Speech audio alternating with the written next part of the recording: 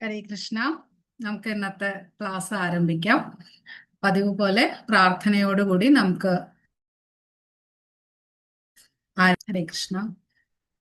നമോ ഓം വിഷ്ണുപാദായ കൃഷ്ണപ്രഷ്ടായ ഭൂതലേ ശ്രീമതേ ഭക്തിവേദാന്ത സ്വാമിന്നിതി നാമിനേ. നമസ്തേ സാരസ്വതേ ദേവേ ഗൗരവാണി പ്രചാരിണേ നിർവിശേഷ ശൂന്യവാദി പാശ്ചാത്യദേശതാരിണേ.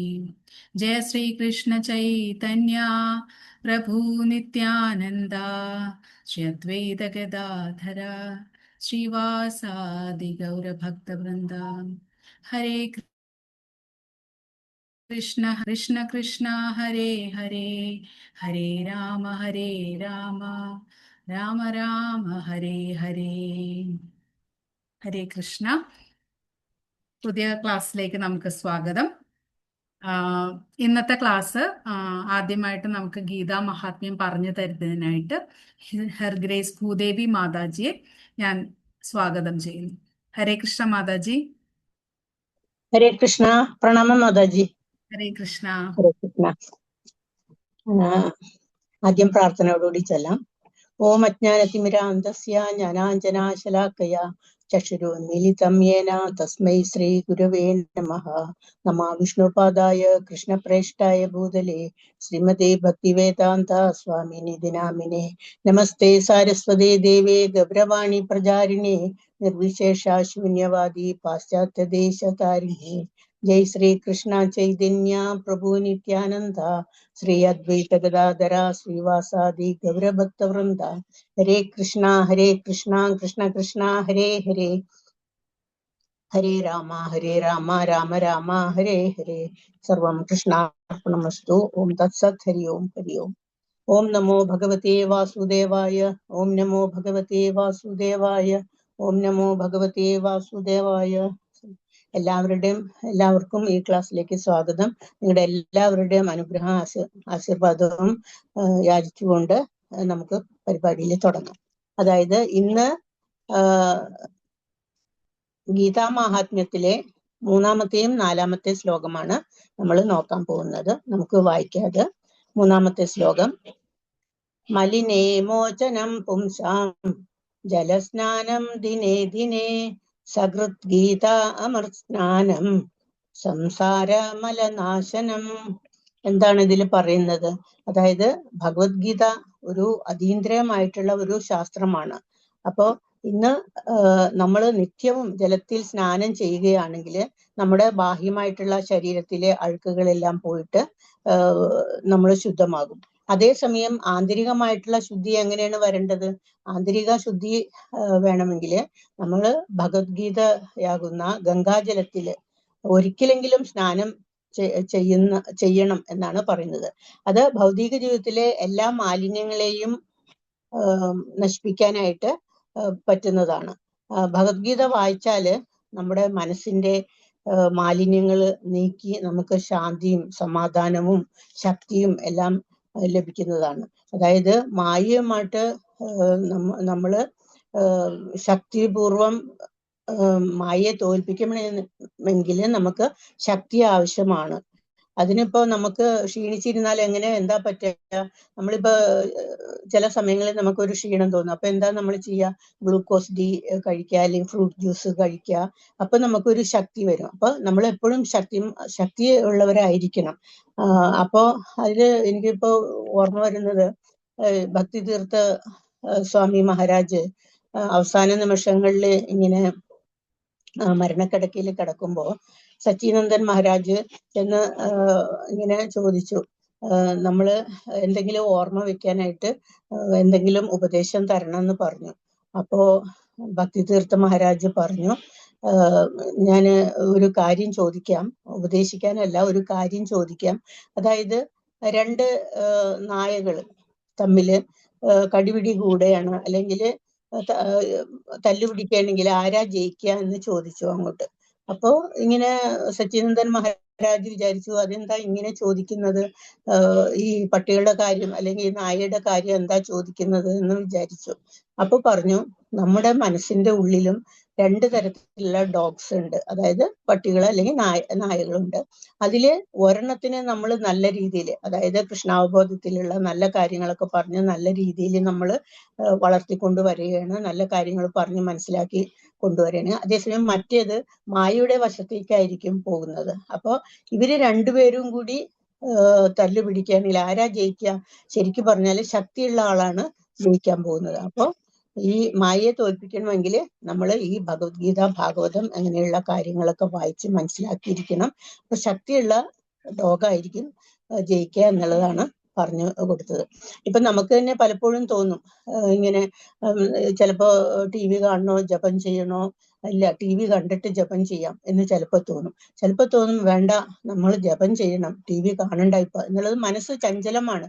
അപ്പൊ അതിനെ പിടിച്ചു നിർത്താനായിട്ട് നമുക്ക് സാധിക്കണം. അതൊക്കെ ഈ ഭഗവത്ഗീതയൊക്കെ വായിച്ച് മനസ്സിലാക്കിയാൽ മാത്രമേ നമുക്ക് അതിനുള്ള ശക്തി കിട്ടുകയുള്ളൂ എന്നാണ് പറയുന്നത്. ചിലപ്പോൾ തോന്നും നമുക്ക് കുറച്ചു നേരം വർത്താനം പറഞ്ഞിരിക്കാം, എല്ലാവരുടെ അടുത്ത് നല്ല സുഖമല്ലേ, എല്ലാവരും ഇരുന്ന് വർത്താനം പറയുന്നുണ്ട്, നമുക്ക് വർത്താനം പറയാം, അല്ലെങ്കിൽ സിനിമയ്ക്ക് പോകാം, അല്ലെങ്കിൽ ഹോട്ടലിൽ പോയി ഭക്ഷണം കഴിക്കാം എന്നുള്ളതൊക്കെ തോന്നും. പക്ഷെ അതിനെയൊക്കെ കൺട്രോൾ ചെയ്യണമെങ്കിൽ നമ്മൾ ഈ ഭഗവത്ഗീത, ഭാഗവതം ഒക്കെ എല്ലാം വായിച്ച് മനസ്സിലാക്കിയിരിക്കണം എന്നുള്ളതാണ് ഇതിൽ നിന്ന് നമുക്ക് മനസ്സിലാക്കുന്നത്. ഇനി അടുത്ത ശ്ലോകം, 4-ാമത്തെ ശ്ലോകം. ഗീത സുഗീത കർത്തവ്യ കിമന്യൈ ശാസ്ത്ര വിസ്തരൈ യാ സ്വയം പത്മനാഭസ്യ മുഖാപത്മാത് വിനിസൃത. ഈ ശ്ലോകത്തിൽ എന്താ പറയണമെന്ന് നോക്കാം. അതായത് ഭഗവത്ഗീത എന്ന് പറയുന്നത് പരമദിവ്യോത്തമ പുരുഷനായ ശ്രീകൃഷ്ണനാൽ തന്നെ ഉപദേശിക്കപ്പെട്ടതാണ്. മറ്റൊരു വേദ സാഹിത്യങ്ങളും നമ്മൾ പഠിക്കേണ്ടതില്ല. ഭഗവത്ഗീത പഠിക്കണമെങ്കിൽ വേറെ ഒരു സാഹിത്യവും നമ്മൾ പഠിക്കേണ്ടതില്ല എന്നാണ് പറയുന്നത്. ഭഗവത്ഗീത ശ്രദ്ധയോടും ഭക്തിയോടും പ്രേമത്തോടും കൂടി കേൾക്കുകയും പഠിക്കുകയും ചെയ്താൽ മാത്രം മതി. ഇന്നത്തെ കാലത്ത് ആളുകളെ എല്ലാം ലൗകികമായിട്ടുള്ള സുഖ സൗകര്യങ്ങൾ അന്വേഷിച്ച് കൊണ്ടിരിക്കുന്ന ആളുകളാണ്. അതിൽ മുഴുകിയിരിക്കുകയാണ്. ആ സമയത്ത് അവർക്ക് ഒന്നിനും സമയമില്ല. ഇപ്പൊ നമ്മൾ തന്നെ ഇപ്പൊ ആരുടെങ്കിലും അടുത്ത് പറയണ ഒരു ഭഗവത്ഗീത വായിക്കണം നിങ്ങൾ, നല്ലതാണെന്ന് പറഞ്ഞു കഴിഞ്ഞാലും അവര് അതിലൊന്നും താല്പര്യം കാണിക്കില്ല. അവർക്ക് കേൾക്കാൻ തന്നെ സമയമില്ല. അവര് പറയണത് എന്താണ്, നമുക്ക് ഇപ്പോ സമയമില്ല, നമ്മളൊക്കെ ചെറുപ്പമാണ്, വയസ്സായവരല്ലേ അതൊക്കെ വായിക്കേണ്ടത് എന്നുള്ളതാണ് അവര് പറഞ്ഞത്. അങ്ങനെയല്ല, ഒരിക്കലും അങ്ങനെയല്ല. നമ്മുടെ ചെറുപ്പത്തിലേ തുടങ്ങി തന്നെ നമ്മൾ ഇതൊക്കെ വായിക്കേണ്ടതായിരുന്നു. പക്ഷെ എന്റെയൊക്കെ ഇതില് കുറെ പ്രായമായിട്ടാണ് നമുക്കൊക്കെ ഇതിനകത്ത് വരാൻ സാധിച്ചത്. അത് തന്നെ നമ്മൾ ദൈവത്തിനോട് നന്ദി പറയാണ്, ഇപ്പോഴെങ്കിലും വരാൻ സാധിച്ചല്ലോ എന്നുള്ളത്. അപ്പോ ശരിക്കും പറഞ്ഞാല് ഈ ഒരൊറ്റ ഒരു ഗ്രന്ഥം മാത്രം മതി എല്ലാ വേദസാഹിത്യങ്ങളിലും സാരസർവസ്വമാണ് ഈ ഭഗവത്ഗീത എന്ന് പറയുന്നത്. അപ്പൊ എല്ലാവരും ഈ ഭഗവത്ഗീത യഥാരൂപം, അതായത് ശ്രീല പ്രഭുപാദരുടെ ഭഗവത്ഗീത എല്ലാ ദിവസവും വായിക്കാനായിട്ട് ശ്രമിക്കണം. ഈ ഭാഗവത്തിൽ പറയുന്നത് എന്താണ്, കൃഷ്ണനെ കുറിച്ച് വൈദിക സാഹിത്യത്തിൽ പറഞ്ഞിട്ടുള്ളത് കേൾക്കുന്നതും ഭഗവത്ഗീതയിലൂടെ നേരിട്ട് ഭഗവാന്റെ വാക്കുകൾ കേൾക്കുന്നതും തന്നെ ഒരു പുണ്യകർമ്മമാണ്. എല്ലാവരുടെയും ഹൃദയത്തിൽ കുടികൊള്ളുന്ന ശ്രീകൃഷ്ണ പരമാത്മാവായിട്ടുള്ള ശ്രീകൃഷ്ണന്റെ കഥകൾ കേൾക്കുന്നതും ഹിതകരിയായി സുഹൃത്തിനെ പോലെ പ്രവർത്തിക്കുകയും നിരന്തരം കൃഷ്ണകഥകൾ ശ്രവണം ചെയ്യുന്നതും ആണെങ്കിൽ ഭഗവാൻ ശ്രീകൃഷ്ണൻ തന്നെ നമ്മളെ എല്ലാവരെയും രക്ഷിക്കും എന്നുള്ളതാണ് ഇതിൽ നിന്ന് നമുക്ക് മനസ്സിലാക്കാൻ പറ്റുന്നത്.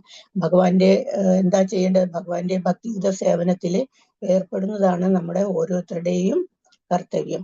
അങ്ങനെ ചെയ്യാത്ത പക്ഷം മായയുടെ പിടിയിൽപ്പെട്ട് നമ്മള് ജന്മമരണങ്ങളുടെ ചക്രത്തില് പെട്ടുപോകും. അപ്പൊ അങ്ങനെയുള്ള ആ മായാസമുദ്രത്തിൽ പെടാതെ രക്ഷ നേടാനായിട്ട് നമ്മുടെ സ്വന്തം ഗ്രഹമായ വൈകുണ്ഠത്തിലേക്ക്, ഭഗവാന്റെ ഗോലോകത്തിലേക്ക് പോകാനുള്ള ശ്രമം നമ്മൾ ഓരോരുത്തരും നടത്തേണ്ടതാണ്. അതിന് ഭഗവത്ഗീത മനസ്സിലായാലും കൊള്ളാം, മനസ്സിലായില്ലെങ്കിലും കൊള്ളാം, അതേസമയം ഇഷ്ടപ്പെട്ടാലും കൊള്ളാം, ഇഷ്ടപ്പെട്ടില്ലെങ്കിലും കൊള്ളാം, തീർച്ചയായിട്ടും വായിക്കണം. ഒരു പ്രാവശ്യം 2 പ്രാവശ്യം വായിച്ചാൽ അത് മനസ്സിലായില്ല എന്ന് വെച്ച് മാറ്റരുത്.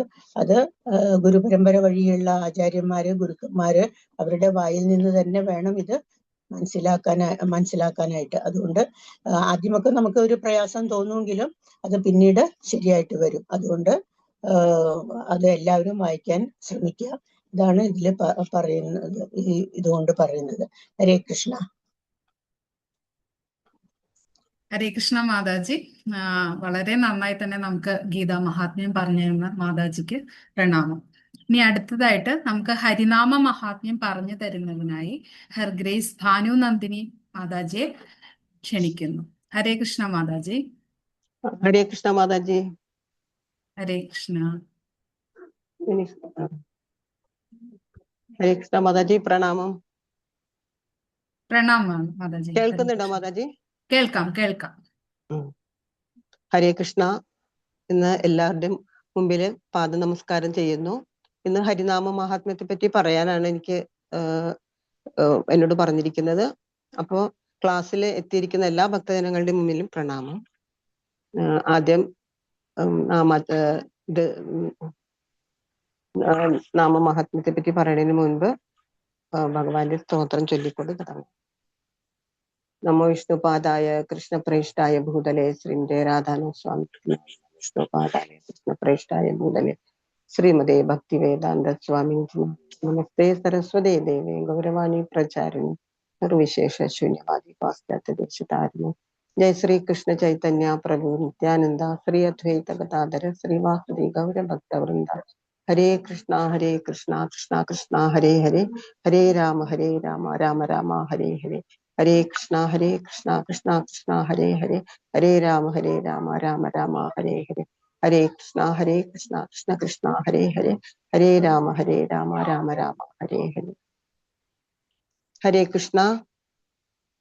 നമുക്കറിയാം, ഹരിനാമത്തിന്റെ മാഹാത്മ്യത്തെ പറ്റി എത്ര പറഞ്ഞാലും മതിയാവില്ല. കാരണം അത്രമാത്രം മാഹാത്മ്യമാണ് ഹരിനാമത്തിനുള്ളത്. അപ്പൊ കഴിഞ്ഞ ക്ലാസ്സിൽ രുക്മിണി മാതാജി പറഞ്ഞു, ശ്രേഷ്ഠമായ ഒരു കഥയാണ് പറഞ്ഞത്. കാരണം മരണം പോലും ഹരിനാമത്തിന്റെ മുമ്പിൽ ഭയക്കുന്നു. അപ്പൊ ഇന്ന് ഞാൻ ഇവിടെ പറയാൻ ഉദ്ദേശിക്കുന്നത് നമ്മുടെ ഹരിനാമം എങ്ങനെയാണ് ഒരു വേശ്യയെ ആത്മീയതയിലേക്ക് എത്തിച്ചത് എന്നുള്ളതിനെ പറ്റിയാണ്. 500 വർഷങ്ങൾക്ക് മുൻപ് ചൈതന്യ മഹാപ്രഭു അവതരിച്ചപ്പോൾ നടന്ന സംഭവമാണ്. അപ്പോ ഹരിദാസ് ഠാക്കൂർ എന്ന മുസ്ലിം സമുദായത്തിൽ ജനിച്ച അദ്ദേഹം ചൈതന്യ മഹാപ്രഭുവിന്റെ ഏറ്റവും വലിയ ഭക്തനായിരുന്നു. അപ്പൊ അദ്ദേഹം ബേനാപോല എന്ന ഒരു ഗ്രാമത്തിലാണ് ജീവിച്ചിരുന്നത്. അത് ഇന്നത്തെ കാലത്ത് ബംഗ്ലാദേശിലെ യശോഹര, അതായത് യശോഹര എന്ന ജില്ലയിലാണ് ആ ഗ്രാമം. അപ്പൊ അദ്ദേഹം ഒരു ദിവസം 3 ലക്ഷം പരം ഹരേ കൃഷ്ണ മഹാമന്ത്രം ജപിക്കുമായിരുന്നു. അപ്പോ അദ്ദേഹം ഒരു പരിത്യാഗത്തിന്റെ മാർഗത്തെ സ്വീകരിച്ച്, പരിത്യാഗം എന്ന് പറഞ്ഞാല് ഇന്ദ്രിയങ്ങളെ വർജിക്കുക, ഇന്ദ്രിയ സുഖങ്ങളെ വർജിക്കുക എന്നുള്ളതാണ് അർത്ഥം. അപ്പൊ പരിത്യാഗത്തിന്റെ മാർഗത്തിനെ സ്വീകരിച്ച് 3 ലക്ഷം തവണ ഹരിനാമം ജപിച്ചുകൊണ്ടിരിക്കുന്ന ഒരു വ്യക്തിയായിരുന്നു. അതുകൊണ്ട് തന്നെ അദ്ദേഹത്തിന് നാമാചാര്യൻ എന്നാണ് പറഞ്ഞുകൊണ്ടിരുന്നത്. അപ്പോ ഇദ്ദേഹത്തിന് ആ ഗ്രാമത്തില് എല്ലാ ബഹുമതികളും കിട്ടുന്നത് കണ്ട് ആ ഗ്രാമത്തിലെ ഒരു ജമീന്ദാരായ രാമചന്ദ്ര ഖാൻ എന്ന് പറഞ്ഞ ഒരു ജമീന്ദാർക്ക് വളരെ അസൂയ തോന്നി. അപ്പൊ അദ്ദേഹം എന്താ ചെയ്തെന്ന് വെച്ചാല് അവിടെയുള്ള ഒരു അഭിസാരികയായിട്ടുള്ള ഒരു സ്ത്രീയെ കണ്ടുപിടിച്ചിട്ട് അവരോട് ഇദ്ദേഹത്തിന്റെ ബ്രഹ്മചര്യത്തിനെ നശിപ്പിക്കാൻ വേണ്ടിയിട്ടുള്ള പദ്ധതികൾ ആലോചിക്കാനായിട്ട് ആവശ്യപ്പെട്ടു. അങ്ങനെ അദ്ദേഹം ആ വേശ്യയോട് പറഞ്ഞു, അദ്ദേഹത്തിനെ പോയി കണ്ട്, അതായത് ഹരിദാസ് ഠാക്കൂർ എവിടെയാണോ താമസിക്കുന്നത് അവിടെ പോയി അദ്ദേഹത്തിനെ കണ്ടിട്ട് അദ്ദേഹത്തിനെ ഈ ബ്രഹ്മചര്യ വ്രതത്തിൽ നിന്നും പിന്തിരിപ്പിക്കണം, അതായിരുന്നു ആവശ്യം. അങ്ങനെ ആ സ്ത്രീ അവിടെ ചെന്നു. അദ്ദേഹം താമസിക്കുന്ന ഗ്രാമത്തിലെ ആ കുടിലില്, ഒരു വനത്തിന്റെ ഉള്ളിലായിരുന്നു അദ്ദേഹം താമസിച്ചിരുന്നത്. അപ്പൊ അദ്ദേഹത്തിനെ കാണാനായിട്ട് എത്തി. അപ്പൊ ഈ രാമചന്ദ്ര ഖാൻ ഓൾറെഡി പറഞ്ഞു എന്താന്ന് വെച്ചാല്, നിന്റെ കൂടെ ഞാൻ എൻ്റെ ഒരു ശിപായിനെ കൂടി അയക്കാം. കാരണം നീ അദ്ദേഹത്തിനെ പ്രലോഭിച്ചെടുക്കുന്ന സമയത്ത് അങ്ങനെ നിങ്ങൾ രണ്ടുപേരും നിൽക്കുന്ന സമയത്താണെങ്കിൽ ഞാൻ എൻ്റെ ശിപായിയെ പറഞ്ഞിട്ട് നിങ്ങളെ രണ്ടുപേരെയും, അതായത് ഈ വേശ്യനെയും അദ്ദേഹത്തിനെയും തിരിച്ച് ഇവരുടെ കൊട്ടാരത്തിലേക്ക് പിടിച്ചു കൊണ്ടുവരിപ്പിക്കാം എന്നും കൂടി ഏറ്റു. അങ്ങനെ ഹരിദാസ് അപ്പോ അഭിസാരിക പറഞ്ഞു, ഞാൻ ആദ്യം അദ്ദേഹത്തിനെ പോയി കാണട്ടെ, എന്നതിന് ശേഷം മതി ശിപായിയെ എൻ്റെ കൂടെ അയക്കാൻ എന്ന് പറഞ്ഞു. അതിനനുസരിച്ച് രാത്രിയിൽ വളരെ ആകർഷകമായിട്ട് സുന്ദരിയായിട്ട് അണിഞ്ഞൊരുങ്ങിയിട്ട് ഉല്ലാസവതിയായിട്ട് ഹരിദാസ് ഠാക്കൂറിന്റെ കുടിലിൽ എത്തുകയാണ്. അപ്പോ അവിടെ എത്തിയപ്പോൾ തുളസി ചെടിക്ക് പ്രണാമം അർപ്പിക്കുകയും പിന്നെ ഹരിദാസ് ഠാക്കൂറിന്റെ മുമ്പിൽ പ്രണമിക്കുകയും ചെയ്തുകൊണ്ട് അവര് വാതിൽപ്പടിയിൽ വളരെ മധുരമായി ഇരുന്നുകൊണ്ട് സുന്ദരമായിട്ട് ഇരുന്നുകൊണ്ട് ഒരു വാക്കുകൾ പറയാൻ തുടങ്ങി. അപ്പൊ എന്റെ പ്രിയപ്പെട്ട ഠാക്കൂർ, മഹാഭക്തനായ അങ്ങ് നവയവന യുക്തനും സുന്ദരനുമാണ്. അപ്പോ അങ്ങയെ കണ്ടതിന് ശേഷം എനിക്ക് എന്റെ മനസ്സിനെ നിയന്ത്രിക്കാൻ കഴിയുന്നില്ല. അപ്പോ അങ്ങയെ പ്രാപിക്കാൻ കഴിയാത്ത പക്ഷം എനിക്ക് എന്റെ ശരീരവും ആത്മാവും നിലനിർത്താൻ കഴിയില്ല എന്നുള്ള വാക്കുകളൊക്കെ പറഞ്ഞ് അദ്ദേഹത്തിനെ പ്രലോഭിക്കാൻ ശ്രമിപ്പിച്ചു. അപ്പൊ ഹരിദാസ് ഠാക്കൂർ മറുപടി പറഞ്ഞ എന്താന്ന് വെച്ചാല്, ഞാൻ നിന്നെ തീർച്ചയായും സ്വീകരിക്കാം, പക്ഷെ ഞാൻ എന്റെ ജപമാലയില് പതിവുള്ള സംഖ്യ 3 ലക്ഷത്തിലകം ജപിച്ചു തീരുന്നത് വരെ നീ കാത്തിരിക്കണം. അതുവരെ നീ ദയവായിട്ട് ഞാൻ ഈ ദിവ്യനാമത്തെ ജപം ചെയ്യുന്നത് കേട്ടുകൊണ്ടിരിക്കുക. ജപം പൂർത്തിയാകുമ്പോൾ ഞാൻ നിന്റെ ആഗ്രഹം സാധിച്ചു തരാം എന്നാണ് പറഞ്ഞത്. പക്ഷേ പ്രഭാതമായി പ്രകാശം പരക്കുന്നത് വരെ ഹരിദാസ് ഠാക്കൂർ ജപം തുടർന്നുകൊണ്ടേയിരുന്നു. അപ്പോ വേശ്യ അവിടെ നിന്ന് എഴുന്നേറ്റ് പോയി. അതിനുശേഷം രാമചന്ദ്രഖാന്റെ മുമ്പിലെത്തിയ അവൾ നടന്ന കാര്യങ്ങളെല്ലാം അവളെ അറിയിച്ചു. അപ്പൊ നാളെ തീർച്ചയായും എന്നെ സ്വീകരിക്കാമെന്ന് അദ്ദേഹം ഏറ്റിട്ടുണ്ട് എന്ന് പറഞ്ഞു. അങ്ങനെ അടുത്ത ദിവസം വേശ്യ എത്തിയപ്പോൾ അവളോട് ഹരിദാസ് ഠാക്കൂർ പറഞ്ഞെന്ന് വെച്ചാൽ, ദയവായി നീ ക്ഷമിക്കണം, തീർച്ചയായും ഞാൻ നിന്നെ സ്വീകരിക്കാം. കഴിഞ്ഞ ദിവസത്തെ പതിവ് പോലത്തെ ജപം തീരുന്നത് വരെ നീ ക്ഷമിച്ചിരിക്കുക. ഹരേ കൃഷ്ണ മഹാമന്ത്രം കഴിയുന്നവരെ അത് കേട്ടിരിക്കുക. നിന്റെ ആഗ്രഹം നിശ്ചയമായും ഞാൻ നടത്തിത്തരാം എന്ന് പറഞ്ഞു. അപ്പൊ അവള് വീണ്ടും തുളസി ചെടിക്കും ഹരിദാസ് ഠാക്കൂറിനും പ്രണാമങ്ങൾ അർപ്പിച്ച് കഴിഞ്ഞിട്ട് അവൾ അവിടെ വാദിക്കെ തന്നെ ഇരുന്നു. അപ്പൊ ഹരിദാസ് ഠാക്കൂർ ഹരേ കൃഷ്ണ മഹാമന്ത്രം ജപിക്കുന്നത് കേട്ട് പതുക്കെ അവളും ഹരി ഹരി എന്ന് ജപിക്കാൻ തുടങ്ങി. ഇടയ്ക്കിടയ്ക്ക് അദ്ദേഹത്തിനെ സംതൃപ്തനാക്കാൻ വേണ്ടിയിട്ട് തന്നെ ഈ വേശ്യ കുറെ നേരം ഹരിഹരി എന്ന് ജപിക്കാൻ ആരംഭിച്ചു. അപ്പൊ രാത്രി ആയപ്പോൾ അവള് അസ്വസ്ഥതയായി. കാരണം ഇതുവരെയും അദ്ദേഹം ഒന്നും അവിടെ നിന്ന് മാറിയിട്ടേ ഇല്ല. അപ്പൊ അദ്ദേഹം പറഞ്ഞു, 1 മാസത്തില് 1 കോടി നാമങ്ങള് ജപിക്കാമെന്ന് ഞാൻ പ്രതിജ്ഞ ചെയ്തിട്ടുണ്ട്. അപ്പൊ അതിന്റെ പൂർണ്ണതയിലേക്ക് അടുക്കുകയാണ് ഞാൻ. അപ്പോ അതുകൊണ്ട് ജപം ചെയ്തുകൊണ്ടിരിക്കുന്ന ഇടയില്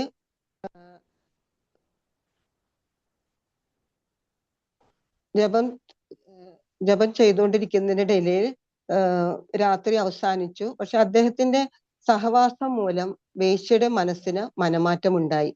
അപ്പൊ പരിശുദ്ധീകരിക്കപ്പെട്ട വേശ്യ ഹരിദാസ് ഠാക്കൂറിന്റെ പാദപത്മങ്ങളില് വീഴുകയും അദ്ദേഹത്തെ കളങ്കപ്പെടുത്താനായിട്ട് രാമചന്ദ്രഖാൻ തന്നെയാണ് തന്നെ ഇവിടേക്ക് പറഞ്ഞു വിട്ടത് എന്നുകൂടി ഏറ്റുപറയുകയും ചെയ്തു. അപ്പോ അവര് പറഞ്ഞു, വേശ്യാവൃത്തി ചെയ്തത് കൊണ്ട് അതുവരെ അളവറ്റ പാപവൃത്തികൾ ഞാൻ ചെയ്തിട്ടുണ്ട്. പക്ഷെ എന്റെ പ്രഭോ എന്നോട് കരുണ ഉണ്ടാകണമേ, ഈ പതിതാത്മാവിനെ മോചിപ്പിക്കണമേ എന്ന് പ്രാർത്ഥിച്ചു ഹരിദാസ് ഠാക്കൂറിനെ കണ്ട്. അപ്പൊ ഹരിദാസ് ഠാക്കൂർ പറഞ്ഞു, എന്താണ്, രാമചന്ദ്രഖാന്റെ ഗൂഢാലോചനയെ പറ്റി എനിക്ക് നേരത്തെ തന്നെ അറിയാമായിരുന്നു. പക്ഷെ അവൻ അജ്ഞനായ ഒരു വിഡ്ഢിയാണ്. അപ്പൊ അതിനാൽ അവന്റെ പ്രവൃത്തികൾ എന്നെ ദുഃഖിപ്പിക്കുന്നില്ല. യഥാർത്ഥത്തിൽ ഞാൻ ഈ സ്ഥലം വിട്ടു പോകേണ്ടതായിരുന്നു.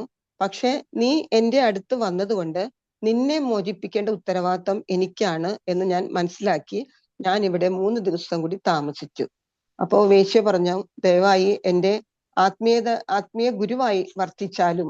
ഹരിദാസ് ഠാക്കൂറിനോട് വേശ്യ പറയാണ്, ഭൗതിക അസ്തിത്വത്തിൽ നിന്നും മോചനം ലഭിക്കുന്നതിന് ഞാൻ അനുഷ്ഠിക്കേണ്ട കർത്തവ്യത്തെ പറ്റി എന്തൊക്കെ ചെയ്യണം എന്നുകൂടി ഗുരുവായ അങ്ങ് എനിക്ക് പറഞ്ഞു തരണം എന്ന് വേശ്യ അപേക്ഷിക്കുകയാണ്. അപ്പോ ഹരിദാസ് ഠാക്കൂർ മറുപടി പറഞ്ഞു, ഉടനടി നീ ഗൃഹത്തിൽ ചെന്നിട്ട് നിന്റെ എന്തൊക്കെ സ്വത്തുകൾ ഉണ്ടോ അതെല്ലാം നീ മറ്റുള്ള ബ്രാഹ്മണർക്ക് വേണ്ടി വിതരണം ചെയ്യുക. അതിനുശേഷം ഈ മുറിയിലേക്ക് തിരിച്ചു വന്നിട്ട് എന്നേക്കുമായിട്ട് കൃഷ്ണാവബോധത്തിലേക്ക് കഴിയുക. അപ്പൊ ഹരേ കൃഷ്ണ മഹാമന്ത്രം ജപിക്കുന്ന പ്രക്രിയ ഉപദേശിച്ചതിന് ശേഷം ഹരിദാസ് ഠാക്കൂർ ഹരി ഹരി എന്ന് ജപിച്ചുകൊണ്ട് അവിടം വിട്ടുപോയി. അപ്പൊ അഭിസാരിക എന്താ ചെയ്തത്? വൈഷ്ണവ തത്വങ്ങള് പ്രകാരം അവളുടെ ശിരസ് മുണ്ടനം ചെയ്തിട്ട് ഒറ്റ വസ്ത്രം മാത്രം ധരിച്ചുകൊണ്ട് കൃഷ്ണന്റെ ദിവ്യനാമം ഒരു ദിവസം 3 ലക്ഷത്തിൽ കൂടുതൽ ജപിക്കാൻ തുടങ്ങി. അങ്ങനെ അവരൊരു ഭക്തയായി തീർന്നു. നമുക്കറിയാം, ഹരിദാസ് ഠാക്കൂർ ഈ സമയം കൊണ്ട് അദ്ദേഹത്തിന് കഥകളോ മറ്റ് ലീലകളോ ഒന്നും പറഞ്ഞു കൊടുത്തില്ല. പ്രത്യേകിച്ചൊന്നും പറഞ്ഞു കൊടുത്തില്ല, ഈ ഹരിനാമം മാത്രം. അതുകൊണ്ടാണ് പറയണത്, ഹരിനാമം എന്ന് പറഞ്ഞത് ഭഗവാനും നാമവും തമ്മിൽ ഒരു വ്യത്യാസമില്ല. അപ്പൊ ആ നാമത്തിന്റെ ശക്തി നമുക്ക് മനസ്സിലാക്കാം. അതുകൊണ്ട് അത് മാത്രമല്ല, ഇവിടെ പറയുന്നുണ്ട്, ഭാഗവതം പറയുന്നുണ്ട്, നമ്മുടെ തുളസിച്ചെടിക്കും മുന്നിൽ ഒരു സങ്കല്പം എടുക്കുക. ഹരേ കൃഷ്ണ മഹാമന്ത്രം ജപിക്കുന്ന പ്രക്രിയക്ക് അത്രമാത്രം ആത്മീയ ശക്തി ഉണ്ടാകും എന്നാണ് പറയുന്നത്. അപ്പോ പിന്നെ നമുക്കും ഇതുപോലെ തന്നെയാണ് ചെയ്യാൻ കഴിയുക. കാരണം ഹരേ കൃഷ്ണ മഹാമന്ത്രം ജപിക്കുമ്പോൾ നമുക്ക് അതിനുള്ള ആത്മീയമായിട്ടുള്ള ശക്തിയും മാത്രമല്ല, തുളസിച്ചെടിക്ക് മുൻപിലിരുന്ന് നമ്മൾ ചെയ്യുവാണെങ്കിൽ അത് ഏറ്റവും ഫലപ്രദമാണെന്ന് പറയുന്നു. അതുപോലെ മറ്റൊരു കാര്യം പറയാന്ന് വെച്ചാല്, പിന്നെ കൃഷ്ണൻ ഭാഗവതത്തിൽ പറയുന്നുണ്ട്, എല്ലാവരും എന്റെ പാതാരവിന്ദങ്ങളിൽ ശരണം പ്രാപിക്കണമെന്നാണ് കൃഷ്ണൻ ആഗ്രഹിക്കുന്നതെങ്കിലും ജനങ്ങളുടെ ഈ പാപകർമ്മങ്ങൾ മൂലം അവർക്കത് ചെയ്യാൻ കഴിയുന്നില്ല. അതിനൊരു ഇത് പറയുന്ന വെച്ചാൽ, നമാം ദുഷ്കൃതിനോ മൂഢ പ്രപദ്യന്തേ നരാധമ. എന്താ അർത്ഥം വെച്ചാല്, തെമ്മാടികൾക്കും വിഡ്ഢികൾക്കും പാപകർമ്മങ്ങളില് മുഴുകിയിട്ടുള്ള നരാധമന്മാർക്കും കൃഷ്ണന്റെ പാദാംബുജങ്ങളിൽ പെട്ടെന്ന് ശരണാഗതി പ്രാപിക്കാൻ സാധിക്കില്ല. എന്നാലും അവര് ഹരേ കൃഷ്ണ മഹാമന്ത്രം ജപിക്കാൻ തുടങ്ങുകയും തുളസിച്ചെടിക്ക് സേവനം അനുഷ്ഠിക്കുകയും ചെയ്യുന്ന പക്ഷം അവർക്ക് വളരെ വേഗം ആത്മസമർപ്പണം ചെയ്യാൻ കഴിയും. അപ്പോ കൃഷ്ണന്റെ ചരണ കമലങ്ങളില് ആത്മസമർപ്പണം ചെയ്യുകയാണ് ഒരാളുടെ യഥാർത്ഥ കർത്തവ്യം. പക്ഷെ അങ്ങനെ ചെയ്യാൻ കഴിയാത്ത പക്ഷം എന്താ നമ്മൾ ചെയ്യേണ്ടത്? ശ്രീ ചൈതന്യ മഹാപ്രഭുവും ഹരിദാസ് ഠാക്കൂർ നമുക്ക് കാണിച്ചു തന്ന പ്രക്രിയ, അതായത് കൃഷ്ണാബോധത്തിൽ എത്താൻ വേണ്ടിയിട്ട് ഹരിനാമം എന്നും ജപിക്കുക. അപ്പൊ അത്രമാത്രം ഇമ്പോർട്ടൻസ് ആണ് ഹരിനാമത്തിനുള്ളത്. എല്ലാവരും ഒരു മാലയെങ്കിലും ജപിക്കണേ എന്ന് പ്രാർത്ഥിച്ചുകൊണ്ട് എന്റെ വാക്കുകൾ നിർത്തുന്നു. ഹരേ കൃഷ്ണ.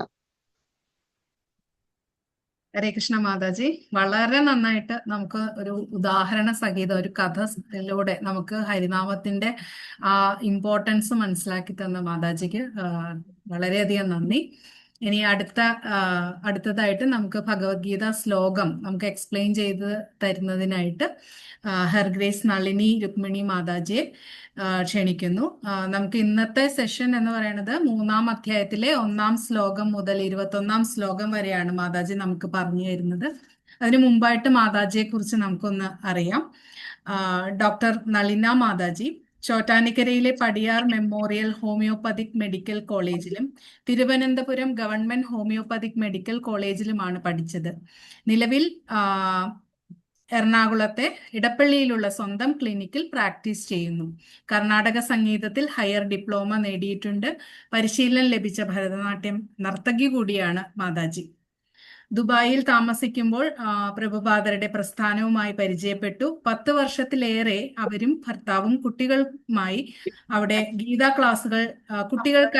ഗീതാ ക്ലാസുകൾ നടത്തിയിരുന്നു. ഹിസ് ഹോളിനസ് ജയപതാക സ്വാമി മഹാരാജിന്റെ ശിഷ്യയാണ്. ശീല പ്രഭുപാദരുടെ നിർദ്ദേശപ്രകാരം അവരുടെ എല്ലാ കുടുംബാംഗങ്ങളും, ഭർത്താവ് 2 പെൺകുട്ടികളും അടങ്ങുന്ന കുടുംബം കൃഷ്ണാവബോധം സജീവമായി പരിശീലിച്ചു വരുന്നു. ഹരേ കൃഷ്ണ മാതാജി, വെൽക്കം. ക്ലാസ്സിലേക്ക് സ്വാഗതം. ഹരേ കൃഷ്ണ. Thank you Radha Sarvamangali. ഹരേ കൃഷ്ണ. എല്ലാവർക്കും സ്വാഗതം. ഇന്നത്തെ ഗീതാ ശ്ലോക ക്ലാസ്സിലേക്ക് എല്ലാവർക്കും സ്വാഗതം. നമുക്ക് പ്രാർത്ഥനയോടെ ഇന്നത്തെ ക്ലാസ് സ്റ്റാർട്ട് ചെയ്യാം. നമോ വിഷ്ണുപാദായ കൃഷ്ണപൃഷ്ഠായ ഭൂതലേ ശ്രീമതേ ജയപതാക സ്വാമിതി നാമിനെ നമാചാര്യപാദായ നിത്യ കൃപപ്രദായിനെ ഗൗരഗതദാംതേ നഗരഗ്രന്ഥാരിണേ നമോ വിഷ്ണുപാദായ കൃഷ്ണപൃഷ്ഠായ ഭൂതലേ ശ്രീമതേ ഭക്തിവേദാന്ത സ്വാമിനിതി നാമിനെ നമസ്തേ സരസ്വതി ദേവ ഗൗരവാണി പ്രചാരണ നിർവിശേഷ ശൂന്യവാദി പാശ്ചാത്യ ദേശാരണ ജയ കൃഷ്ണ ചൈതന്യ പ്രഭു നിത്യാനന്ദ ശ്രീ അദ്വൈത ഗദാധര ശിവസാദി ഗൗരഭക്തവൃന്ദ. ഹരേ കൃഷ്ണ കൃഷ്ണ കൃഷ്ണ ഹരേ ഹരേ, ഹരേ രാമ രാമ രാമ ഹരേ ഹരേ. ഓം നമോ ഭഗവതേ വാസുദേവായ. ഓം നമോ ഭഗവതേ വാസുദേവ. ഓം ഭഗവതേ വാസുദേവായ. ഇന്ന് തുടങ്ങുന്നത് 3-ാമത്തെ അധ്യായം കർമ്മയോഗം. അപ്പോൾ 2-ാമത്തെ അധ്യായത്തെ പറ്റി അറിയാമല്ലോ എന്ന് വിചാരിക്കുന്നു. അറിയാമോ? സംശയമുണ്ടോ? അറിയില്ല എന്ന് തോന്നുന്നുണ്ടോ? എന്നുവെച്ചാ 2-3 ക്ലാസ്സായി നമ്മള് 2-ാമത്തെ ചാപ്റ്റർ ആണ് നന്നായിട്ട് വിവരിച്ചുകൊണ്ടിരുന്നത് അല്ലെ? അതിലെന്തൊക്കെയാ നമ്മൾ പഠിച്ചത് ഓർമ്മയുണ്ടോ?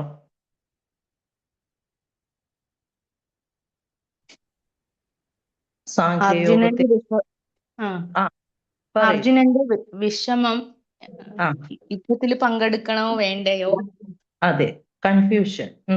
കൺഫ്യൂഷൻ. പിന്നെ ശരീരം ശരീരമല്ല ഞാനെന്ന അത് ശരീരമല്ല എന്ന് 2-ാം അധ്യായത്തില് ഭഗവാൻ പറഞ്ഞു തുടങ്ങുന്നതാണ്. Very nice. ഇനി എന്തെങ്കിലും ഓർമ്മയുണ്ടോ? ആ.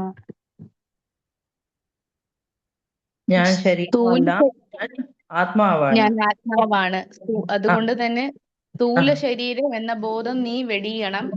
ആ നീ നിന്റെ കർമ്മത്തിൽ ശ്രദ്ധ കേന്ദ്രീകരിക്കുക വെരി ഗുഡ്. എന്ന ഭഗവാനോട് പറയുന്നുണ്ട്.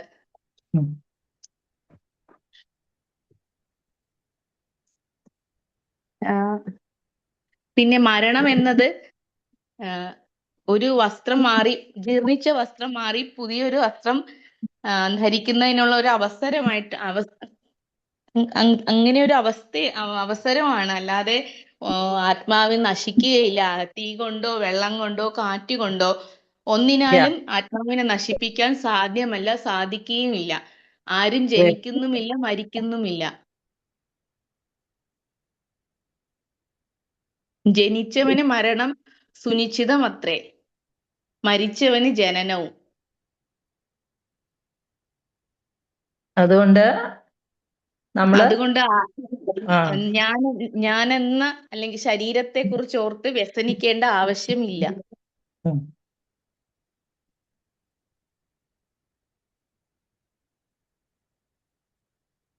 ഹരേ കൃഷ്ണ മാതാജി, എനിക്ക് ഇത്ര കാര്യങ്ങളെ അറിയുള്ളൂ. Very nice. Thank you Mataji. നന്നായിട്ട് ഓർമ്മയുണ്ട്. അപ്പോ നമുക്ക് പറഞ്ഞ പോലെ ഞങ്ങള് ഇന്ദ്രിയങ്ങളെ എങ്ങനെ നമ്മള് കൺട്രോൾ ചെയ്യാം അതും കൂടെ പറഞ്ഞിട്ടുണ്ട്. ഇന്ദ്രിയങ്ങളെ നിയന്ത്രിക്കുന്നത് എങ്ങനെ, ആരാണ് സ്ഥിതപ്രജ്ഞൻ, ആരാണ് പ്രാരംഭകൻ അല്ലെ? നമ്മള് മനസ്സിനെ നിയന്ത്രിച്ചാൽ അല്ലെങ്കിൽ എങ്ങനെ നമ്മള് ഈ ഭക്തി യോഗത്തില് എങ്ങനെ മുന്നോട്ട് പോകണം? കാറ്റ്, ഒരു തോണി, കൊടുങ്കാറ്റില് അലയുന്ന ഒരു തോണിയെ പോലെ നമ്മുടെ മനസ്സ് അല്ലെ? അപ്പൊ ഇതെല്ലാം കൺട്രോൾ ചെയ്യണം. അതിന് വേണ്ടിയുള്ള സ്റ്റെപ്സ് ഭക്തിയോഗത്തിലൂടെ അല്ലെങ്കിൽ ബുദ്ധിയോഗം നന്നായിട്ട് പറഞ്ഞു മനസ്സിലാക്കി. അപ്പോ 3-ാമത്തെ ചാപ്റ്റർ വന്നപ്പോ അർജുനൊരു കൺഫ്യൂഷൻ വന്നു, ആശയക്കുഴപ്പം വന്നു. കാരണം ജ്ഞാനമൊക്കെ പറഞ്ഞു തന്നു. ഇനി അർജുനൻ ചോദിക്കുന്ന, അപ്പോ ജ്ഞാനമാണോ കർമ്മമാണോ നല്ലത്? എനിക്കൊരു സംശയം ഉണ്ടെന്ന് പറയാണ്. അത് 1 to 2 1 to 2 ശ്ലോകാസ്. പിന്നെ 3 മുതൽ 9 ശ്ലോകങ്ങളില് 2 മാർഗം, ജ്ഞാനയോഗവും കർമ്മയോഗവും. മനുഷ്യൻ പ്രവർത്തനമില്ലാതെ ഇരിക്കാൻ കഴിയില്ല അല്ലെ? എന്ന് ഊന്നി പറയുകയാണ്. ഏതൊരു മനുഷ്യനും ആണെങ്കിലും കർമ്മം ചെയ്യാതെ ഇരിക്കാൻ പറ്റില്ല. പിന്നെ 9-ാമത്തെ ശ്ലോകം മുതൽ 16-ാമത്തെ ശ്ലോകം വരെ യജ്ഞബോധത്തോടെ പ്രവർത്തനം ആർക്കാണ് വേണ്ടത്? പുരുഷൻ വിഷ്ണുവിന് വേണ്ടി നമ്മൾ ചെയ്യണം, കൃഷ്ണന് വേണ്ടി സമർപ്പണം. അല്ലെങ്കിൽ എന്താണ്, നമ്മൾ കർമ്മബന്ധനങ്ങളിൽ വീണ്ടും വന്നുകൊണ്ടിരിക്കുന്നു. പിന്നെ 17-ാമത്തെ ശ്ലോകം മുതൽ 24 വരെ കടമയും നേത്രപ്പാടവും. അപ്പൊ നമ്മുടെ ഡ്യൂട്ടി എന്താണ്? ഒരു നേതാവായാൽ അദ്ദേഹത്തിന്റെ ഡ്യൂട്ടി എന്താണ്, അല്ലെങ്കിൽ എങ്ങനെയാണ് ഇത് മുന്നോട്ട് കൊണ്ടുപോകേണ്ടത്, എങ്ങനെ മാതൃകയായി പ്രവർത്തിക്കണം. പിന്നെ വരുന്നത് 25 മുതൽ 29 ശ്ലോകം വരെ പ്രകൃതിയും അതിൻ്റെ ഗുണങ്ങളും, നേച്ചർ ആൻഡ് ഇറ്റ്സ് 3 ഗുണങ്ങളും അതിനെപ്പറ്റി. പിന്നെ വരുന്നത് 30 മുതൽ 35 വരെ ഈ ചാപ്റ്ററിൽ ഭക്തിയോടെ പ്രവർത്തിക്കുക. നമ്മൾ കർമ്മം ചെയ്യുന്നുണ്ടെങ്കിൽ അത് ഭക്തിയോടെ ചെയ്താൽ അതിന് കർമ്മബന്ധന ഇല്ല. നമ്മൾ ഭഗവാന് വേണ്ടി സമർപ്പിച്ച് ചെയ്യുന്നുണ്ടെങ്കിൽ നമ്മൾ ഒരു കർമ്മത്തിനും അതിൻ്റെ ആ ചങ്ങലയിൽ നമ്മൾ പെടുകില്ല. പിന്നെ അവസാനമായിട്ടുള്ളത് കാമം പ്രധാന ശത്രു. നമ്മുടെ ആഗ്രഹങ്ങൾ, കാമം എന്ന് വെച്ചാൽ ആഗ്രഹങ്ങൾ, ആസക്തി, ഇതാണ് നമ്മുടെ പ്രധാന ശത്രു. അത് 36 മുതൽ 43 വരെ. അപ്പൊ അതെങ്ങനെ നിയന്ത്രിക്കണം? അതുകൊണ്ട് നമുക്ക് ഭക്തി ആവശ്യമാണ്. ഇത് ഭഗവത്ഗീത 3-ാം അധ്യായത്തില് കർമ്മയോഗ എന്ന പേരിലാണ് അറിയപ്പെടുന്നത്, അല്ലെ? ഇത് വളരെ പ്രായോഗികവും ജീവിതത്തിൽ നമ്മൾ എപ്പോഴും ഉപയോഗിക്കുന്ന ഒരു ഭാഗവും കൂടെയാണ്. നമ്മൾ കർമ്മം ചെയ്യാതെ ഇരിക്കുന്നില്ല, എപ്പോഴും നമ്മൾ കർമ്മം ചെയ്തുകൊണ്ടിരിക്കും. അപ്പോൾ അതിൻ്റെ ഫലങ്ങൾ എന്താണ്, നമ്മൾ എങ്ങനെയാണ് മുന്നോട്ട് പോകേണ്ടത്, ഇതെല്ലാം ഇത് ഏത് പാശ്ചാത്തലത്തിലാണ്? 2-ാം അധ്യായത്തിന്റെ അവസാനം അർജുനന് ഭയങ്കര ആശയക്കുഴപ്പമായിരുന്നു. ആശയക്കുഴപ്പം വന്നപ്പോ കൃഷ്ണൻ ജ്ഞാനത്തിന്റെ മഹത്വം വിശദീകരിച്ച ശേഷം അർജുന് വീണ്ടും ചോദിക്കണം, ജ്ഞാനം മികച്ചതാണെങ്കിൽ പിന്നെ ഞാൻ എന്തിനാ യുദ്ധം ചെയ്യണം? ഇങ്ങനെയാണ് ചോദിക്കുന്നത്. അതിന്റെ ആശയം എന്താണ്? കൃഷ്ണൻ കർമ്മയോഗം വിശദീകരിക്കുന്നു. അതിന്റെ കൂടെ അതിന്റെ ഫലത്തെക്കുറിച്ച് ആസക്തി ഇല്ലാതെ കർത്തവ്യം നിർവഹിക്കുക.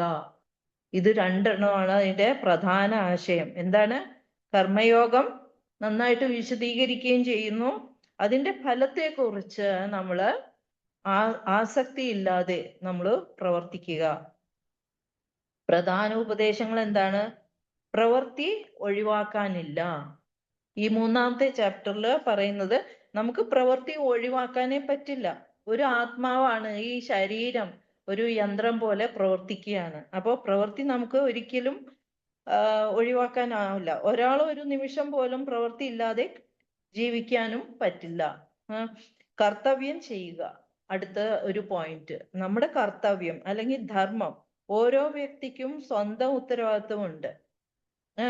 പിന്നെ അർജുനനായി അത് ധർമ്മയുദ്ധത്തിൽ പോരാടുകയാണ്. അത് നമ്മളെ കാണിക്കാൻ, നമ്മൾ എങ്ങനെ ഒരു കർമ്മം ചെയ്യണം, അല്ലെങ്കിൽ നമുക്ക് എങ്ങനെ ജീവിതത്തിൽ ഉത്തരവാദിത്വമുണ്ട്, അതുപോലെ അർജുനന് ഒരു ക്ഷത്രിയ ധർമ്മം പാലിക്കാൻ ഉത്തരവാദിത്വമുണ്ട്. അദ്ദേഹം ക്ഷത്രിയനും ഒരു യോദ്ധാവുമാണ്. അപ്പൊ അദ്ദേഹത്തെ അതിൽ നിന്നും പിന്മാറാനും സാധിക്കില്ല. ഇവിടെ ഭഗവാൻ പറയാ, ഫലം നോക്കണ്ട. ഫലത്തില് അതിന് നീ മരിക്കുകയോ അല്ലെങ്കിൽ നീ രാജ്യം ലഭിക്കുകയോ രാജ്യം നഷ്ടപ്പെടുകയോ അത് ചെയ്യണ്ട. ബട്ട് നീ നിന്റെ കർമ്മം ചെയ്യുക, ആ ഫലേച്ഛ കൂടാതെ കർമ്മം ചെയ്യുക. പക്ഷെ ഫലത്തെക്കുറിച്ച് അധികമായി ആശങ്കപ്പെടേണ്ട. നിഷ്കാമകർമ്മം. അടുത്ത പോയിന്റ്, നിഷ്കാമകർമ്മം. സ്വാർത്ഥതയില്ലാതെ പ്രവൃത്തി ചെയ്യുക. അത് മനസ്സിനെ ശുദ്ധമാക്കുകയും ആത്മീയ വളർച്ചയ്ക്ക് സഹായിക്കുകയും ചെയ്യുന്നു. മറ്റുള്ളവർക്ക് മാതൃകയാക്കുക. മറ്റുള്ളവർക്ക് എങ്ങനെയാണ് നമ്മൾ മാതൃകയാക്കേണ്ടത് നമുക്ക് ഈ 3-ാമത്തെ ചാപ്റ്ററിൽ പറഞ്ഞു തരുന്നു.